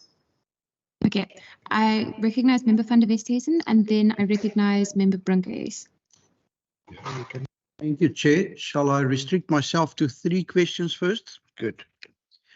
Thank you very much. It's obviously wonderful to listen to you. Your enthusiasm is infectious. It's just great. But our task as the Provincial Parliament is in the first instance one of oversight over the Provincial Department and the Provincial entity Wesgro. We've got a Department for Economic Development and Tourism. And in a sense, I'm grateful that much what you've shared with us coincides with what they claim successful. So at least you're speaking from one mouth. But on the other hand, it also seems to me as if, you know, more than one entity are trying to gain mileage from the same kind of initiatives. So my first question is obviously taking into account that our oversight and our funding goes towards the provincial tourism initiatives, the provincial economic opportunities and so on. What is your relationship with with entities such as Wesgro and the provincial tourism initiatives? The second one is where do you differentiate your task or your focus in this regard, so that we don't see a duplication, but hopefully that we do see synergy in terms of your efforts. So please, that would be my first one. The second one, and perhaps my history as a former councillor may come through here. I've seen municipalities interpreting their task of promoting tourism being interpreted in various ways. And you might recall the days of the local tourism associations, particularly in our rural areas. I happen to have had a share in a guest house in Franschhoek many moons ago. And we belonged to a local tourism association, and we made turns of manning that local office, and the municipality supported that office by a grant in aid donation once a year, or making perhaps a property in the main road available so that for high visibility for the tourism association. Other municipalities have insourced their tourism to a large extent, and have appointed officials to do that and send officials overseas and so on. In your experience, not too much for the city of Cape Town, because I believe you've got well-established, well-functioning entities, but what would your advice be to rural municipalities in terms of their tourism product or their tourism, the way in which they promote tourism? And then the last one, in terms of local tourism or domestic tourism, sorry. To a large extent, I've believed that in the past, especially during and you were quite silent on the green season. I love that term in the past when you promoted Cape Town during winter. That quite often the opportunities to get people to travel to Cape Town are created by ordinary people that are not in the tourism field. I'm talking about academics that at a congress 4 years ago said, I propose that the next congress be held in Cape Town. We have wonderful facilities at my university, etc. But then the next moment that person realized he hasn't got the manpower or the knowledge to really organize accommodation, travel, liaise with the Department of Home Affairs regarding visas, etc. So to what extent do you support your your non-tourist entities. I'm talking about the teacher that would love to have the Craven Week being played in Cape Town. And I can mention, Chair, a number of these. I think you probably get my point. Quite often the people that serve tourism are not there for tourism, but they have other agendas to try and lure people to Cape Town. And I still believe that there's a lot of potential if we could make it easier for such people to take that initiative, to put your hand up at the conference, or to be elected to the management structure and say, 4 years from now, next year, June, in the school holidays. And we have so many of those smaller events, particularly at domestic level as well. So if you could just tell us what is there an office where such people would be able to get some logistical support? Thank you, Chair. Thank you, Mayor.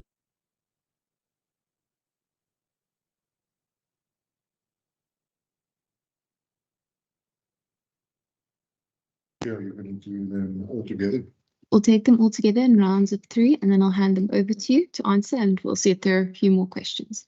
All right, I see Member Brinkes. Thank you very much, Chair, and good morning again. Good morning to all the colleagues. Chair, yes, thank you very much for the presentation.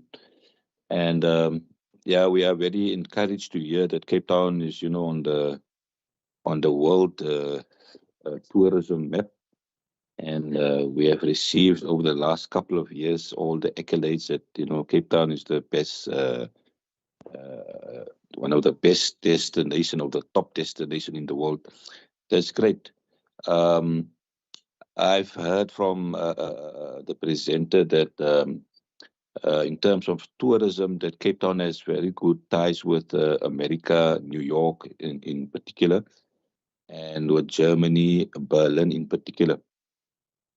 But I would have loved to hear also that Cape Town, in terms of tourism and economic opportunities, has strong ties with the Far East, even the Middle East also, like your Dubai's, your Qatar's. And I mean, those are the countries that is leading the world today in terms of tourism.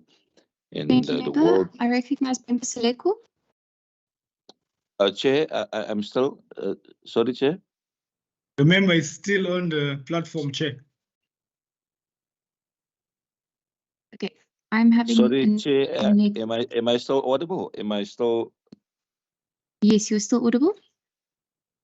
Oh, thank you very much. So I was saying, Chair, that your countries like Dubai, your Middle Eastern countries, they also have got a lot to offer in terms of tourism. And if we look at our Far East, our Singapore's, Malaysia, Indonesia, and the one industry here in Cape Town and in South Africa, the halal, that caters for Muslims, the halal industry is an growing industry that is valued into the billions of rands. My question is that how much is Cape Town doing in attracting investment from those Muslim countries, especially like I mentioned in the Middle East and in the Far East, to come invest here in Cape Town, because the demand for halal food and for halal accommodation here in the Western Cape is growing by the day. People, they like to go out of Cape Town. They like to go to places like Mossel Bay. They like to go to Rafis on the end. They like to go to Caledon. But when they get to these destinations, then there's very limited halal food available and halal accommodation available. So can we get some indication that, is there any plans in place to get investment from those Muslim countries to come invest here in Cape Town, so that we can, have more halal catering and accommodation here throughout the Western Cape? Thank you very much, Chair. Thank you very much, Member. I do recognize Member Seleko now. Good morning, Chair. Thank you very much for the opportunity, and also to the MMC and ENVA for the presentations. It's highly appreciated. Chair, mine is just a few questions of clarity, of maybe for more detail. One would appreciate the fact that a lot has been done in terms with local tourism, especially in Ekasi. But what I would want to know, Chair, is that what has been the successes in working, with some of the businesses in terms of tourism, Ekasi, and what has been the challenges in working, Ekasi when it comes to tourism. And secondly, Chair, as much as one would appreciate that the city is going over, go to other countries, beyond the borders of South Africa to look for partnerships, and looking at rural municipalities, one would say there is potential, but unfortunately, you cannot compare municipality A and a municipality B when it comes to resources. So one would want to know from the city side, what is it that they have been doing, of way they envisage to do in making sure that they also partner with local municipalities, especially in rural areas, to making so that they can also,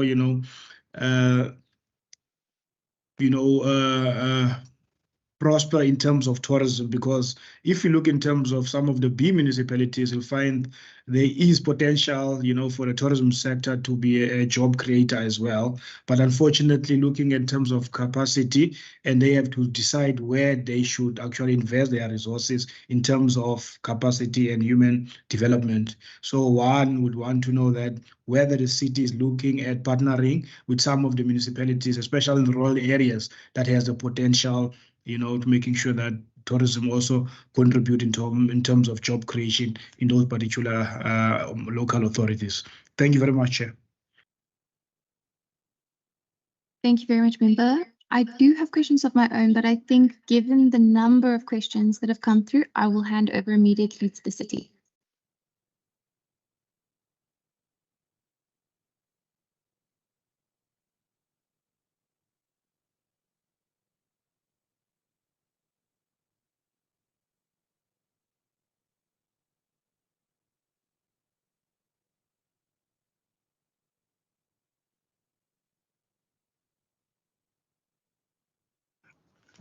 Okay, cool.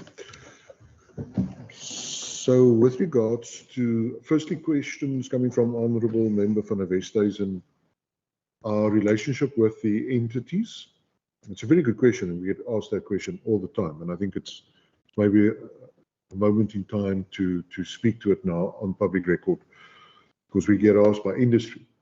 So now it's good that from a governmental perspective you're asking the same question. So we have service level agreements in place with all of our entities. So I'm a huge advocate for working with strategic business partners in various sectors, which we call our special purpose vehicles. So we have all of those special purpose vehicles that I've listed on the screen that we fund. And we fund them with very specific objectives in mind, to extract the best economic value from clothing and textile, from tourism, from call centers to boat building and so on. And so we treat them all the same in terms of our service level agreement. So as the municipality, we have to work within the guidelines of the Municipal Financial Management Act, which gives us our marching orders in terms of how we transact with special purpose vehicles. What is the service level agreement, or in some cases it's referred to as a service delivery agreement, a SDA or an SLA.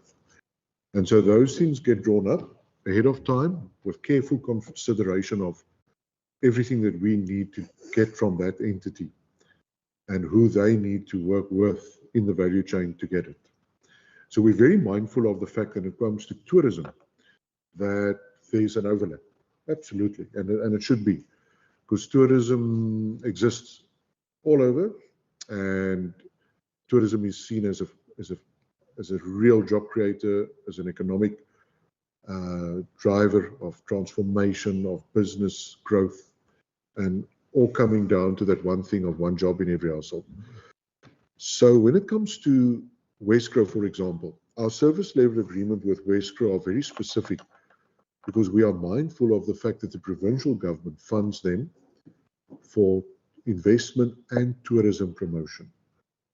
Because Wesgro exists because of a provincial act. So they are a wonderful partner to have when it comes to investment promotion, tourism promotion, etc. And so that's because of the provincial act. But when it comes to the city, we fund them for programs. And so we see them as a program delivery agent, where the programs are very specific focus aligned with the city's economic growth plan. And those 5 programs, I'll just list them again briefly. 1 is investment promotion, 2, export promotion, 3, conventions bureau, 4, air access, 5, cruise.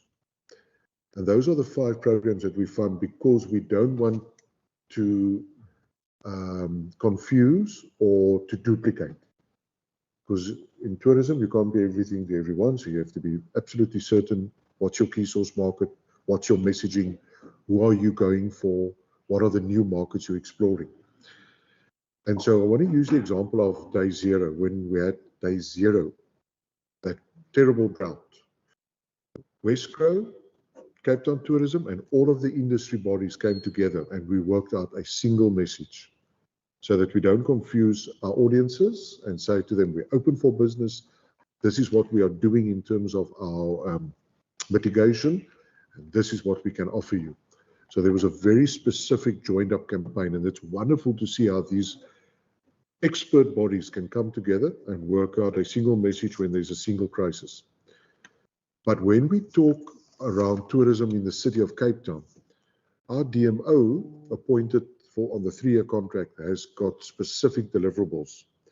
So I'm actually answering your third question, Honourable van der Westhuizen, around the municipal route in tourism. So in our department, we have a very lean and mean team that deals with tourism. Traditionally, tourism departments will be bulky, a lot of staff doing things all over the place. This city government has taken a deliberate decision to have a very lean, mean, laser-focused team that does tourism and place marketing. Tiens heads up our destination development. Wendy van der Bijl heads up our destination marketing, supported by our professional officers within the department. And that branch is then called tourism and place marketing. Then when we contract with Cape Town Tourism, in terms of our service delivery agreement, we fund them to do destination marketing and destination management, which is your visitor experience centers, your ECASI, workshops, all of the things on the ground that's visible for communities to see, feel, and experience, and visitors, of course. But on the marketing stuff, they, and Enver can talk more about that, and I think you should actually spend a few minutes on that. How do they work with other agencies? I think we need to deal with it today. It's a good question, so that we can give you the comfort and the confidence that we are not duplicating. We are absolutely mindful of our budgets, and we are absolutely certain on our delivery objective, because you don't have time to waste and you don't have money to waste. So we are hunting together as a pack, and we are doing certain things in markets that certain agencies can do better than others, not better, but more aligned with their objective. So on the Wesgro, absolutely working hand in glove with them on our destination profile and our destination awareness. And when it comes to air access, cruise and conventions bureau, that's where we are in it with our team in Wesgro.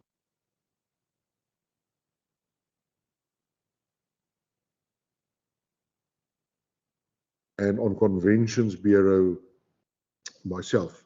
So we are very much working with Wesgro. So I want you to know that absolutely we see them as a valuable partner, and they are experts on cruise and on air and on conventions. But with DDAT, they work on the provincial destination tourism marketing offer, and Cape Town Tourism on the metropole, on the city of Cape Town. But beyond marketing, they also do all of the other things we pay them to do on our behalf. So on the municipal role, we have, as a place marketing tourism branch, a very specific goal in mind, and that's to market Cape Town on the 6 pillars: study, invest, live, work, play, etc., and on destination development. Tiens will talk now in much more detail so that he can tell you what are we doing in the community. And I guess that also answers Honourable Member Seleko's question about working with neighbouring municipalities. We work very much closely with them because in tourism there's no boundaries. When visitors come, they don't know that they're driving out of the metropole into Drakenstein or into Stellenbosch or into the West Coast or into the Garden Route.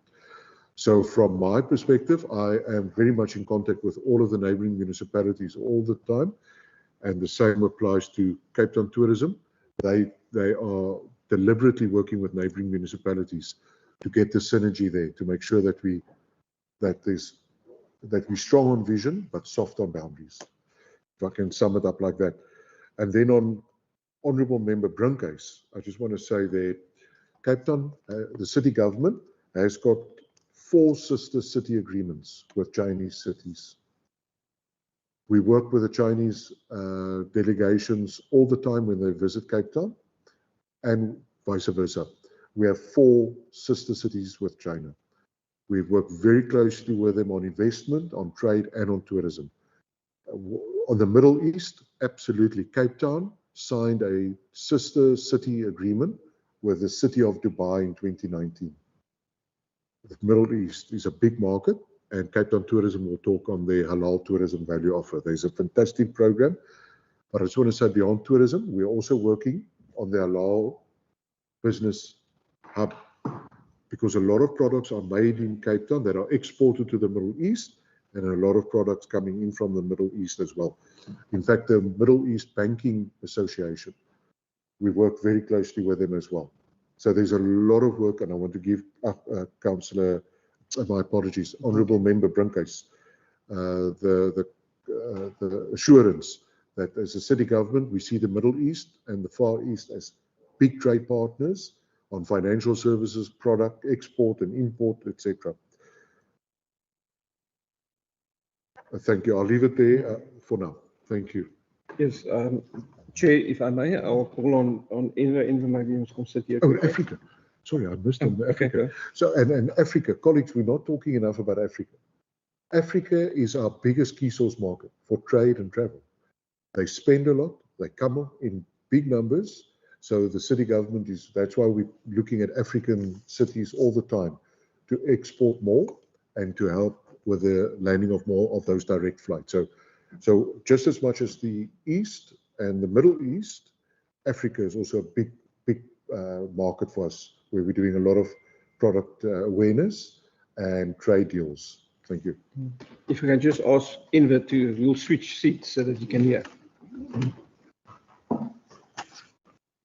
Thank you, Chair. I'll try and respond to a few of the questions, and I might just combine some of the answers because there's overlap.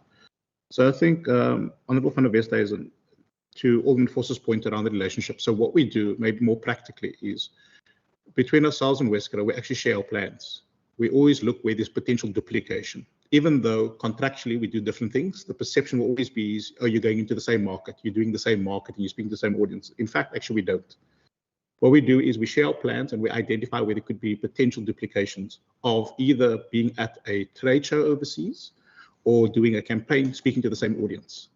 And what we then do is that if there is any of that duplication, we then re-look at it. I'll give you an example of where there was a duplication. So when we were going into, I think it was the German market. Now the German market is big, and as a city, you're going in with rands. As a province, you're going in with rands. It's not going to get you far. But when we did a campaign, we actually realized that we've got 2 campaigns that's speaking to actually 2 different sets of German audiences. But we were all looking at, because of time, we were all looking at going in at the similar time. In fact, what we did is we actually chose the timing where we spread the message over a longer period. So Cape Town Tourism would go in first, and we would do the messaging, followed by Westcaro doing their campaign, but at least the messaging was aligned. Not the same, because we're speaking to different audiences. So we could actually be in market for a longer time, speaking to the same market. So what we've done is we've become smarter about how we actually leverage each other's resources, campaigns, etc. We do partner on air access, on cruise, and all the other stuff because we're also an industry body. So we're not just the partner of the city when it comes to marketing and management. We're an industry body that has got hundreds of products that is also part of driving that economy. And also those guys have their own marketing budget. So when they get into a campaign, they drive it, actually we're getting amplification of what we do as a city. And that's why when you look at the awards and accolades we get, not only as a city, as a province, and as a country, it's the combination of everybody's efforts going into a global market with rands. So we need to stretch that, be smarter about it, and we spend a lot more time on digital because that's where you can actually find real measurables and ROI. And also the cost of acquisition we have the ability to compete with global cities that have 100 to 200 times our budget. Just to give you context, Cape Town Tourism's budget that the city gracefully gives us is half of Joburg tourism, a third of Durban tourism. But what we do is we don't just do destination marketing, we do destination management as well. So when you add that into a factor, is actually you're sitting with a quarter of their budgets. And your ROI that you're getting is a global city recognized and a quality of product that gets delivered on the promise. So we need to look at that. And I'll tell you now, it's underfunded. If you want more, if you want acceleration, you need to fund more because we are competing globally. The partnership I have with New York and Berlin is a DMO partnership. It's not city to city. It's not governments getting involved. These are destination marketing organizations that are apolitical. Our job is to drive volumes. So the partnership we have is where they're going to put skin in the game in dollars and euros. And now we have to come in with our rands. And when you are with those partners, they're getting 20, 30,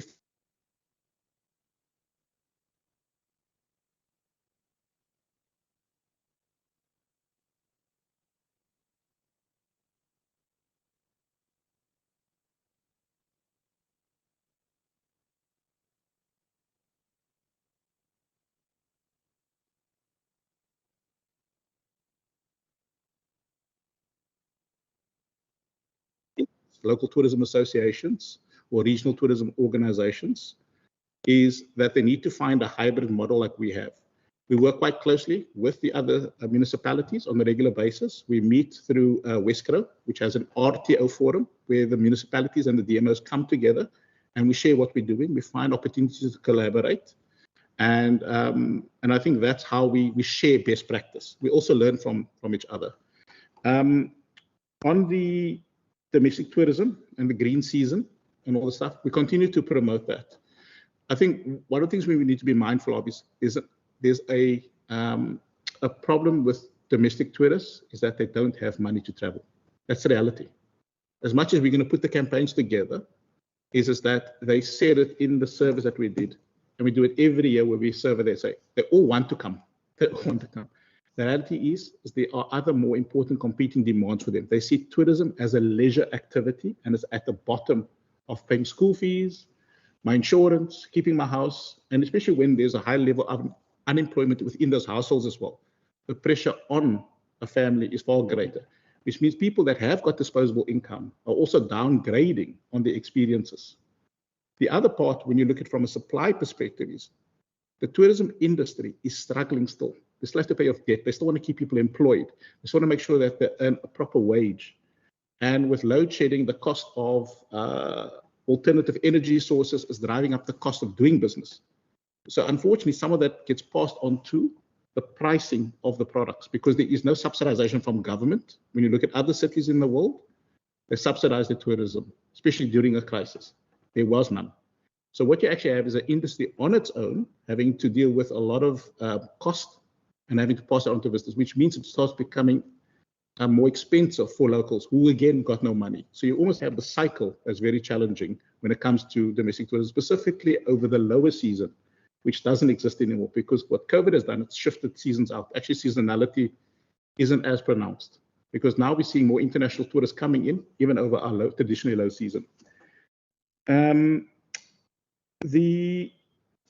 was the question around the success of ICASI? So the ICASI sessions we have every second month with different communities and different products. We do have, when we talk about success, it's about their access to market. It's whether those businesses are still around after 2, 3, 4 years, especially when they are small and startups. And what we have seen is a majority of those SMMEs are still around because they still come to the workshops and to the engagements. What they're doing is also they've been given speaking opportunities and promotional opportunities at World Travel Market. So they're getting access to trade. But this is also where they need to work hard. What we don't do is we don't do handouts as Cape Town Tourism. If you are a business in tourism, it's difficult. And you're not going to be given just access because you say you're something unique. You actually need to prove it. But that means they need to continuously be part of this program. And if they are part of the program, it opens up doors for them because now they've got actually access to the bigger guys. Because one of the biggest complaints is like, how do I get access to the CEO of the Sokosan group when I'm a small accommodation provider? You'll never do that. You'll need to knock on probably 1,000 doors just to get to a GM. But what we do is we actually create and we create that opportunity to connect directly. And that's where other things are fostered beyond that, and where they come in and assist, whether they give support with bedding, with kitchen facilities, etc. Those are things that sits outside of our platform, but what we do is we create a platform of connection. The challenges specifically in the Kasi is a few things. One, load shedding. Load shedding is affecting the small businesses tremendously. And there was the Nedbank Insights study that was done recently on SMMEs and load shedding. It was where 67% of SMMEs are significantly affected, where they actually have to stop business and stop trading. 67% of small businesses. Of that, 64% of them had to cut jobs. So that for us is the biggest concern. The bigger corporates have got strong balance sheets. They'll survive tourism. They'll sort of survive some recessions and pandemics. The SMMEs are the ones that struggle. And it sits outside of the remit of Cape Town Tourism. And I think that's why I said one of the biggest challenges for us is safety, load shedding, because there's a direct impact on tourism services, even at the Kasi level. Other things also, unfortunately, is the perception of safety within communities, because tourists and trade, when they see a headline that says so many people shot in a Khayelitsha, in a Mitchell's Plain, etc., what happens is it gets taken off the itinerary. People will still come, but they get diverted elsewhere. And I think this is the thing when I was talking about perception, how difficult it is to manage one negative media. I need to put up 9 positive. We don't have the resources to counter that. That's the challenge. But what we do is we have proactive and reactive programs to deal with safety issues. There's a lot more that has happened, but the public is not aware because we manage it in a way that it doesn't get to the public space and that the tourist feels comfortable that has been addressed. And then I think the halal and Muslim friendly. So the way we've looked at it is Cape Town cannot be a halal destination, or we can be a Muslim friendly destination. And what we have done is we've partnered with Crescent Rating, which is a global Muslim organization, to assist us in getting the destination ready. So you are correct. The 2 most important things for travelers that are Muslim is prayer and food. Those are the 2 non-negotiables. And what you need to do is make sure that every single tourism product understands that. And so what we've done with Crescent Ratings, we've run a chefs exchange program. We brought out chefs from Singapore and Dubai to come and train chefs here of how to use alternatives. And so that the food is halal, the preparation, how to change your setup in your kitchen, how to also make sure that you don't just do there's a halal section for your breakfast and everybody else is eating bacon. It's about how you make sure the direction of Mecca is in the rooms, that there's a mat available for prayer. It's also then engaging with the staff that's in a hotel who are Muslim, who actually are your best ambassadors for the Muslim tourist. It's also including then, if you can't produce the food, working with restaurants, takeaways that are in your vicinity, bring them into your kitchen, help them then. So what we've actually created is an ecosystem of readiness. Cape Town has also been recognized as one of the friendliest destinations for non-OIC in the world. So again, we must be mindful of the fact is that we make this investment, but what we don't do is we don't, of course, talk about everything we do as Cape Town Tourism. Otherwise, we'll be here for a long time. So from a Muslim perspective is what we do is we continue to work with Crescent Rating, with the MJC from time to time, because again, they're quite clear about the rules around kitchens, etc.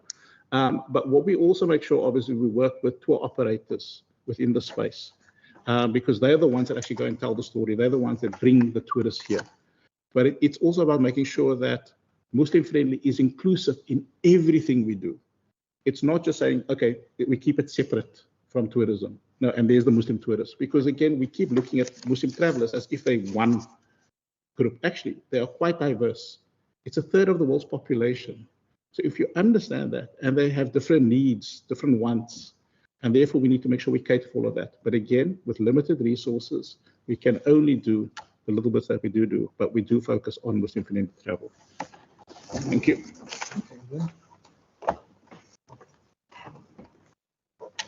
Chair, I think we've answered the bulk of the questions. There are 4 points I'd like to conclude with.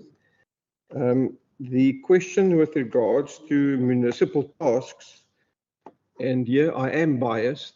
I was co-author of the Western Cape Tourism Act many years ago, and I was the general manager of the Western Cape Tourism Board, where we clearly spelled out the functions and the roles of provincial government, the regional governments, and then the LTAs and the RTAs. When the Westpro Act replaced that, a lot of that clarity disappeared, and it was a reliance on municipalities to act responsibly. So the answer in short is that there is no specific model. We have opted for a hybrid, and the reason we've gone with hybrid is because they've got 1,000 members. So indirectly, we are involved with the private sector heavily in what we do, but through a channeled organization and not bits and pieces. So rural municipalities need to adapt to the new reality where they can't do it themselves because they don't have enough money to do it. So if you do it in-house, you do a small job with it. If we involve the private sector in those local communities, they've got skin in the game. They've got the biggest risk. They are keen to participate. But it's about creating a forum where the local municipality or local authority sits with the business entities of tourism around the table and say, right, how do we do this jointly? That's how we started with the Western Cape Tourism Board. It was immensely successful. That's how we've concluded our deal with Cape Town Tourism. And that's why it's acknowledged worldwide. It's a hybrid that you need and not the one or the other. Where you do the one or the other, you're doing a disservice to both, to the industry, but also to local government. Then the question on local and domestic and the green season. And people that want to do events, we've got a big drive in terms of what we call business tourism, which includes events, conferences, and so forth. And we try to encourage people to apply through a formalized structure in the city, because it's easy to put your hand up if you don't have cost involved. So I move my cost to the partner next to me and I say, do this conference for us, or we want this conference, you pay. So they submit it through our events department, and there's a SPEFCO meeting where special events committee meeting where these proposals are considered. We look at the value for the city, what is being asked of the city, and it happens easily with the bigger games. You know, we have the Rugby World Cup, Soccer World Cup, E-Grand Prix, etc. It's visible, but the door's open. Whoever wants to conduct a conference or a congress, work through our events department, and then we receive that, and then we comment from a tourism perspective, what is the value? Not everything has a tourism value, but we contribute to that discussion. So that is the channel that's been created. And then, of course, when people knock on our door, we advise them, especially small community leaders and so forth. We take their hand, we go through their applications and so forth. We have a very good one at the moment that's been proposed by individuals, strong players in Langa for their centenary. And we're guiding them through that process to say, you know, that you need certain documentation that you must have and so forth. So we are there to assist.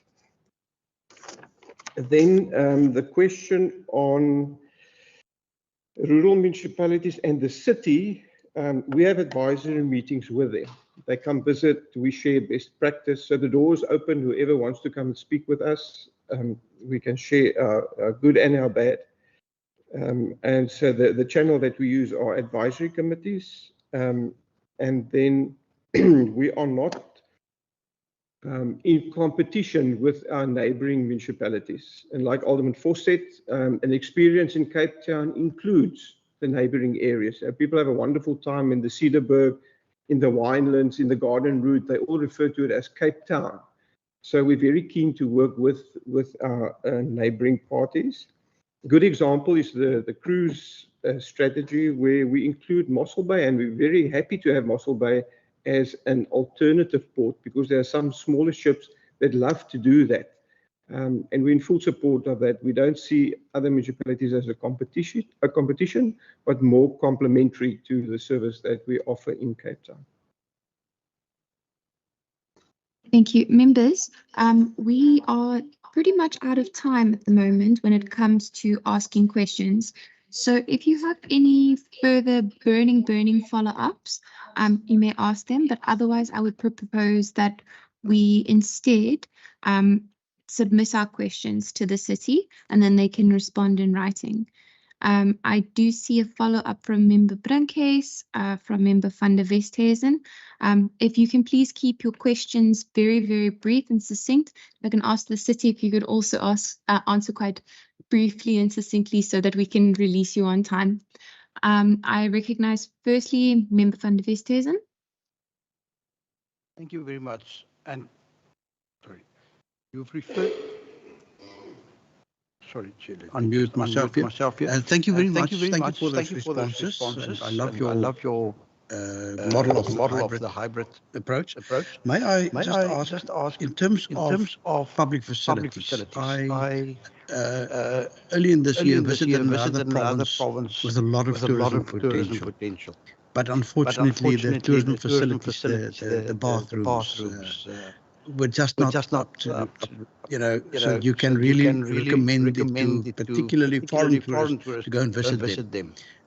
What is your role in, for example, engaging with other role players such as the Ports Authority? I don't even know what the condition of the cruise terminal is like. I'm thinking of sandparks and facilities. I'm thinking of the cableway company and so on. So that at least when tourists visit these, and particularly when it's what I would call public entities, that the facilities, the maintenance of facilities, and the cleanliness particularly of the facilities. And then lastly, Chair, your relationship with SA Tourism. SA Tourism has been in the news. Apparently they've got a lot of money. They can sponsor soccer teams internationally and so on. How do they support tourism in the Western Cape, particularly in the city of Cape Town? Thank you. Thank you very much. I see Member Brinkhuis. Thank you very much, Chair. Yes, very short question. Can I get an indication on the garden route from, especially from Riviers on the end side, Caledon side, right up to Plettenberg Bay? How many halal restaurants is there in outlets in halal hotels? I can just get an indication of how many halal outlets do we have on that route. Thank you very much. Okay, thank you. And then I just have a question of clarity from my side. I have a whole bunch, but I think for the sake of time, I can always send those across. Just question of clarity on performance snapshot 2023, that slide. Under investments, it says 3 billion in new investments facilitated. I just want to confirm, is that for 2023 so far or only for the 22-23 financial year? Okay, thank you. I'll hand over.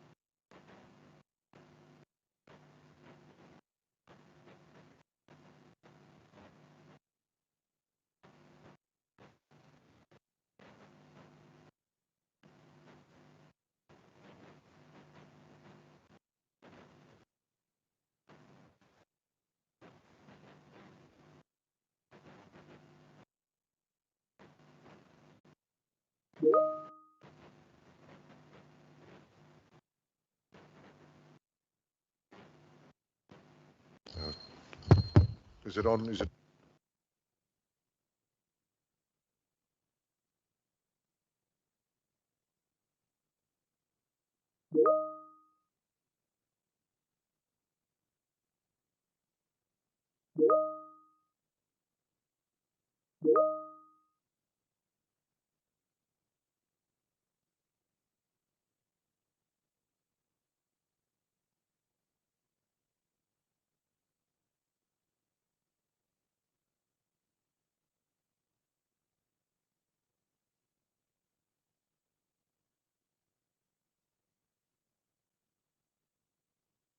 The cruise terminal, as an example, I would really love for you to visit the cruise terminal. It's world class. It's the only cruise terminal in the world where you have a sea view, a viewing deck where you can actually see approaching cruise liners. And the lovely thing about that cruise terminal, it's managed by the private sector, and they know what they do. Government, we don't know sometimes how to run these places, right? It's not our business. So we must enable the private sector. And so it's fantastic that the V&A Waterfront is managing and running that facility.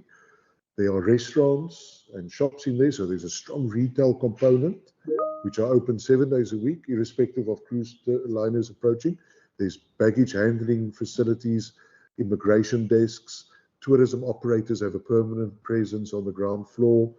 Please visit the Cape Town Cruise Terminal. It will really impress you. And then I think those were the only ones you've mentioned. Oh, and on the number, Madam Chair, that is for the financial year. Okay, that's for the financial year. I do like to report on a calendar year. It makes much better sense, but we are still in the 2023 calendar year. Then on there's a page where it talks about 33 billion rand altogether, the investment facilitation. That is since we've started the branch. We've started the branch 2017, 2018, the investment facilitation branch, and all of the investments that they've helped facilitate up to this point comes to the 33 billion. So I just want to mention those because it could be confusing. Why are these two amounts got all the 3 digits in it? Yes. Tiens, I think what Tiens can say is, in terms of our working relationship, because Cape Town is blessed with a lot of these partners, sand parks, and what's the national one? We've got sand parks and Cape Nature. Yeah. They're all here in our city, and we have to work very nicely with them so we can get the best out of each other. Destination. I can just give an example. When the initial meetings with the Ports Authority took place, outside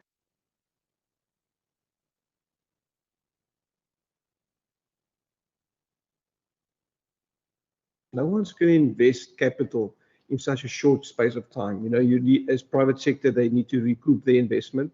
And based on that, the lease or the tender that went out was for a longer period. Working with other departments, Table Mountain Range is so central to the city. So we have a heads of agreement, we had for many years, we're renegotiating at the moment with our partners that manage the park. It's not just about the nature component, it's also about the safety component, which we're very concerned about. And then the other aspect is small business development. There's a lot of small business opportunities, and we are currently in discussions with them now to unlock that. They've asked us if our economic branch can assist them, the jobs, connect, etc. It's that there are people with expertise in the city that they don't know of that we might know. So we work seriously with them, also with the oceans economy, what can be done in and around the park. So they're a good example of an external or national entity that we work with. Internally, we have, and I think one of my biggest jobs over a year is tourists use toilets, fix the toilets. I never thought I studied the theory of toilet fixing, but that happens because and sometimes I think we're ignorant. You know, a coach stops with 45 elderly passengers, and they want to go to the toilet, and then there's one toilet. And these are the things we teach our young entrepreneurs that start businesses, especially in our cultural intense areas, we focus on that. So if 40 people arrive, can you deal with that? It's not just putting the meal out there, it's all the requirements that you need to deal with. And then all our other sister departments, planning plays a very, very big role, especially for the longer term development in terms of transport, congestion. You know, we've got congestion spots certain times of the year. How do we plan around that? New highways, extended highways, a better rail system. All those things unlock tourism potential, so we work with them. I just want to mention quickly the tourist ticket that we've been punting on the My City bus service is hindered by a national regulation that a ticket system like that cannot happen due to a banking agreement that they have. So once that is resolved, we will be able to issue a tourist ticket that you can use like in any other major destination, that you keep credit on it, you can come back again, and so forth. So that is a major challenge. Then also Lookout Hill, we've just completed a project where national government through province invested in the repairs and the upliftment of the property. We're repositioning it as a business hub stroke tourism conversion point from where you will go into the community. It's in its pilot phase. And once it works there, we will duplicate it in other predominant areas. And then we work very closely with national government, especially on safety and security, also with province and the Band-Aid program through Envis office. But the tourism ambassadors is about to be relaunched to the third quarter of the year. And they will this year walk hand in hand with our law enforcement officers. We detected and also Envis had some harrowing experiences where these youngsters were threatened by hardcore criminals because they upset their business. And we're proposing a model now that not all of them, but that some of them walk in the more predominant crime-ridden areas with law enforcement officers. So they do the tourism soft sell, welcome, here's a safety leaflet, have a wonderful time, just be aware that things could happen, and you also have a responsibility as a tourist. The second speaker, I couldn't hear the question. Was how many halal hotels? Or? How many Muslim hotels? Halal hotels. Through your halal program. So that's the question. Okay, let's just quickly check. Member Brinkhuis, could you please repeat your question? Certainly, Chair. Chair, yes, on the garden route, especially from Rafies on the end, Caledon area, right up to Plettenberg Bay, there's very, very few from what I've experienced, and I've got a lot of experience on that route. There's very, very few halal outlets, restaurants, hotels. So if the city can indicate that, over the number of years, how many halal outlets, restaurants, hotels do we actually have on that route? That will be highly appreciated if we can have those numbers. Thank you very much, Chair. Thank you very much, Member. Member, if I can actually comment on that one, noting that your question relates to garden route rather than the metro, perhaps we could take your question and direct it sorry, I'm losing my words, as a committee to the provincial department to do that. I don't think that the city is best placed to provide that information. Okay, thank you very much, Chair. That's fine. Thank Chair. you. I'll hand back to Sue. Yeah, if I can comment on that, I think we have similar experiences with other niche markets, also including the drive that we have for universal access. And the biggest thing for us is truthful advertising. If you say you are halal compliant, if you say you are wheelchair accessible, if you say you have a facility nearby where people can go to practice whatever they practice, then it must be truthful. And I think we need to stand very strong on that also through our marketing efforts, that if we propose to be a specific destination with specific facilities, that it is a reality.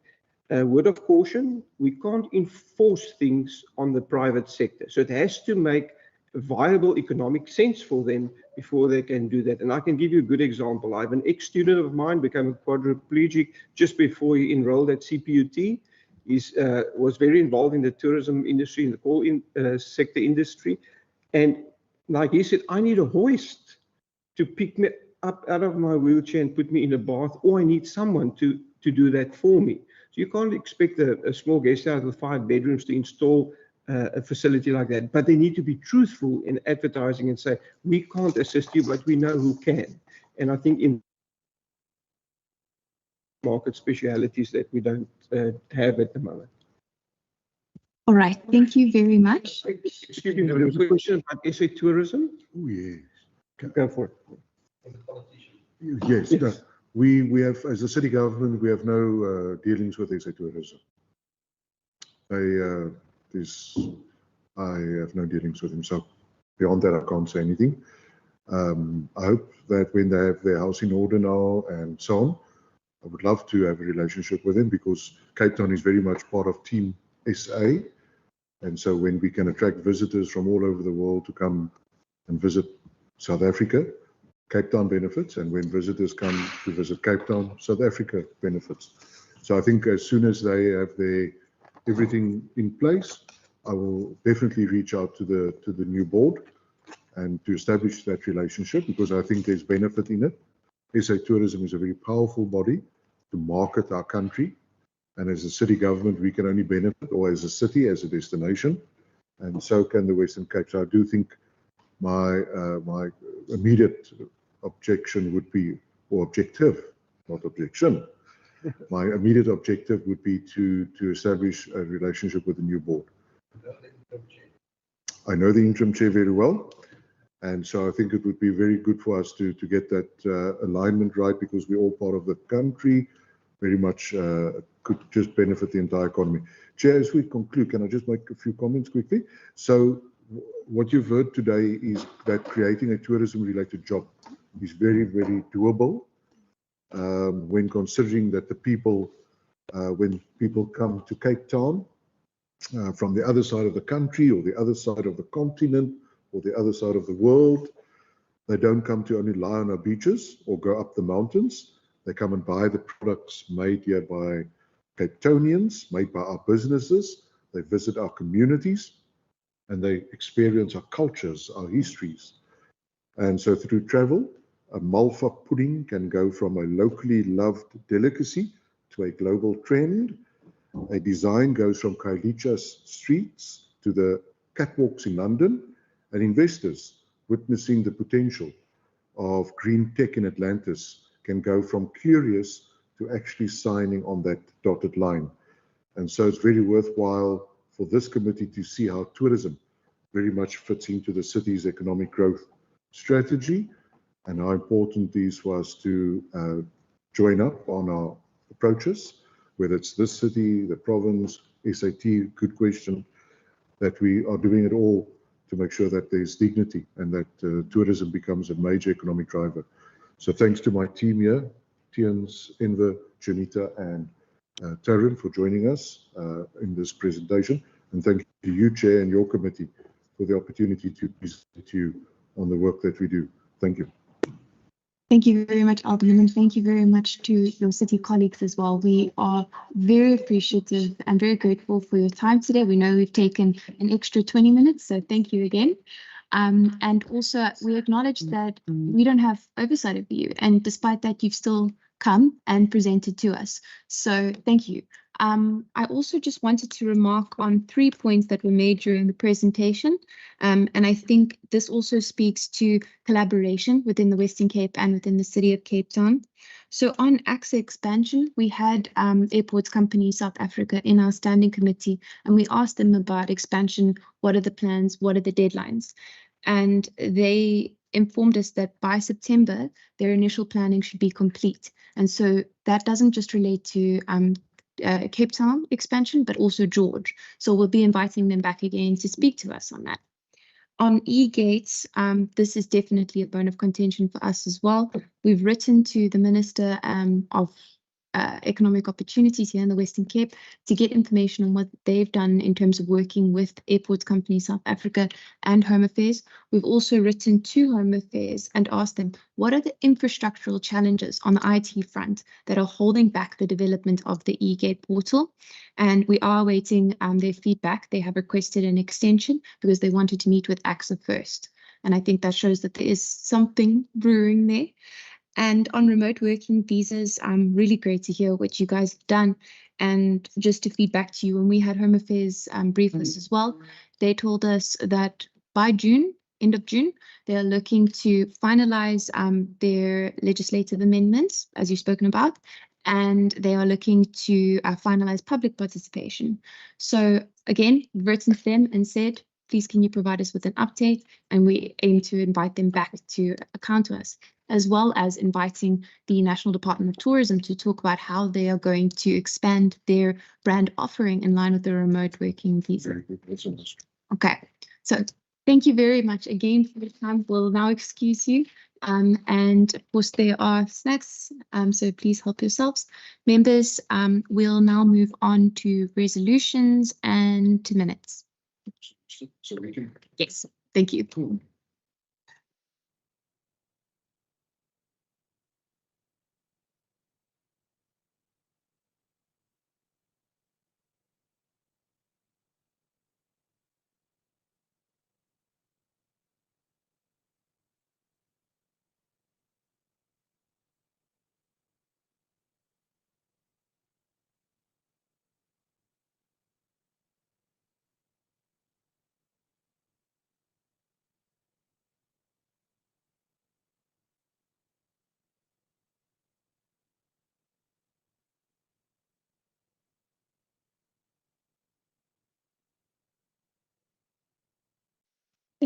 Resolutions. All right, members. So we'll now move on to resolutions. Are there any resolutions from those in attendance? Please, see Member van der Westhuizen. Thank you, Chair. Now it seems to me the sound is still off, so I'll switch to the microphone on the laptop. Chair, thank you very much. And it was really wonderful to see these presentations. I am a bit perturbed by the fact that there seems to be very little, can I call it cooperation or engagement with SA Tourism. And I think if we could perhaps in the future just ask our own Department of Economic Development and Tourism to what extent do they engage, and are they invited, and are they perhaps financially supported by SA Tourism, and how do they see the way forward to hopefully achieve some synergy between the various advertising campaigns, initiatives, etc., of our various tourism organizations at the various spheres of government. Thank you. Thank you very much, Member. Members, are there any further resolutions? I see Honourable Brincase's hand. Honourable Brinkcase. Thank you very much, Chair. It seems like Chair, you don't see my hand. Yeah, no, but Apologies, thank you very Member. much. No problem, Chair. No problem. Thank you very much. Yes, Chair. In terms of resolutions, I would say that if the Finance and Economic Opportunities and Tourism Committee of the Western Cape, we can embark and spend some time in the Western Cape, outside the city of Cape Town, on some type of a study or to do some research, outside the city of Cape Town, how much halal outlets there are. That will be very much appreciated. In fact, if we could possibly, visit some of the halal outlets outside the city of Cape Town soon or later in the year or even next year, that will be very much appreciated, so that we can get some indication, we can get the idea of what the halal infrastructure looks like, without out of the city of Cape Town, throughout the Western Cape. That will be highly appreciated. Thank you very much, Chair. Thank you very much, Member. I think it would be great to request that information, and if it's not available, then we can always put in a request as well for the information from our own research team.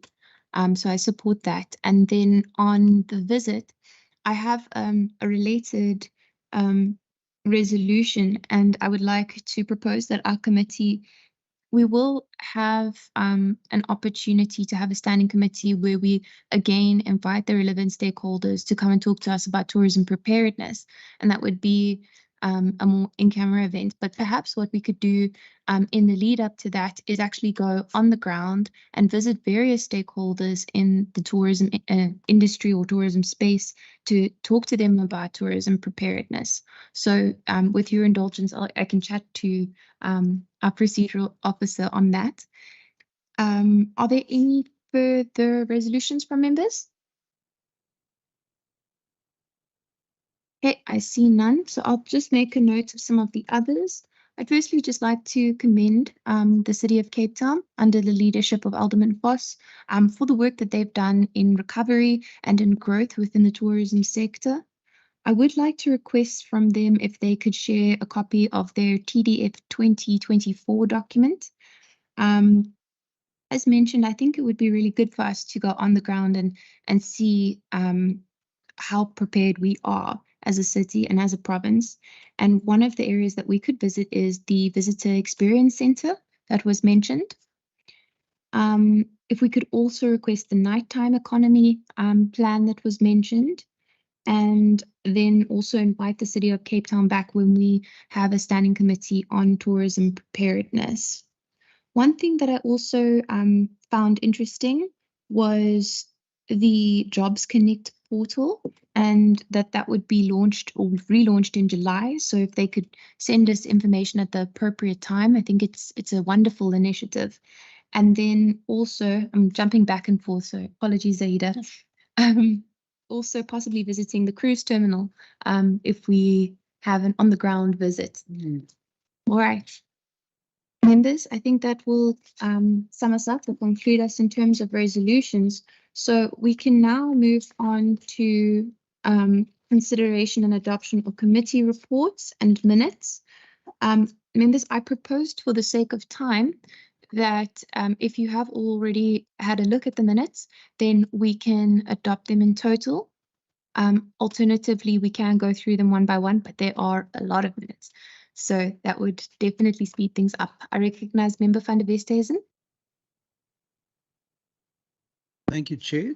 Thank you very much. There's just one of the minutes, then that is of the 17th of March, where I see my initial suddenly changed to W van der Westhuizen, whereas it should be A van der Westhuizen at the 17th of March. If we could just ask for that amendment, but then with that amendment, I'm happy to support that we adopt these minutes. May I just also put in a request that perhaps in the future we do not let these minutes build up and cause a delay, in us approving it. I think if we could more regularly consider the minutes of these meetings, it would be better. Thank you. Thank you, duly noted. And yes, we did allow it to build up a bit. So we'll definitely keep on top of that in future and make that amendment to your name. Members, can I get a seconder in terms of adopting the minutes in total?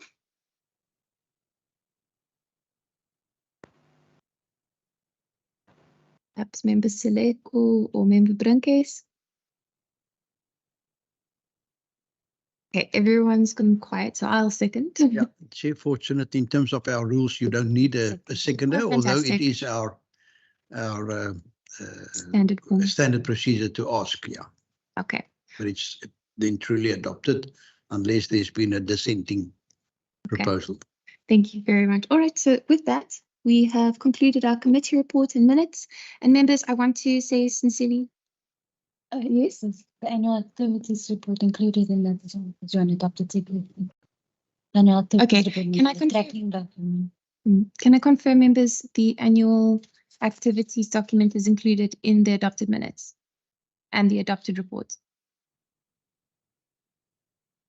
Okay. All right, we'll flight it quickly. Yes, it's good.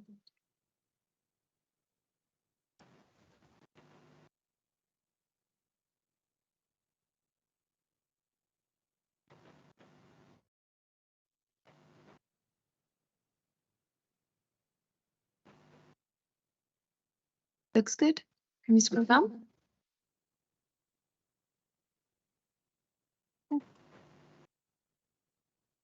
Is that it? Sorry, document. Okay. Annual activities for Mhm. 2020. Okay, can scroll.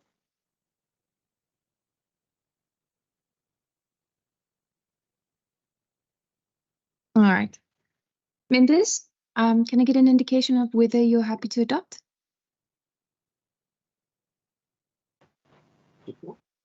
Thank you very much. All right. So with that, we have finished our business for the day. Tracking document. The tracking document, is it? Yes. Okay, I thought I included. Let's do it in the next one. And we have to do it. Okay. Right. Okay, members, apologies. We are going to just flight the tracking document.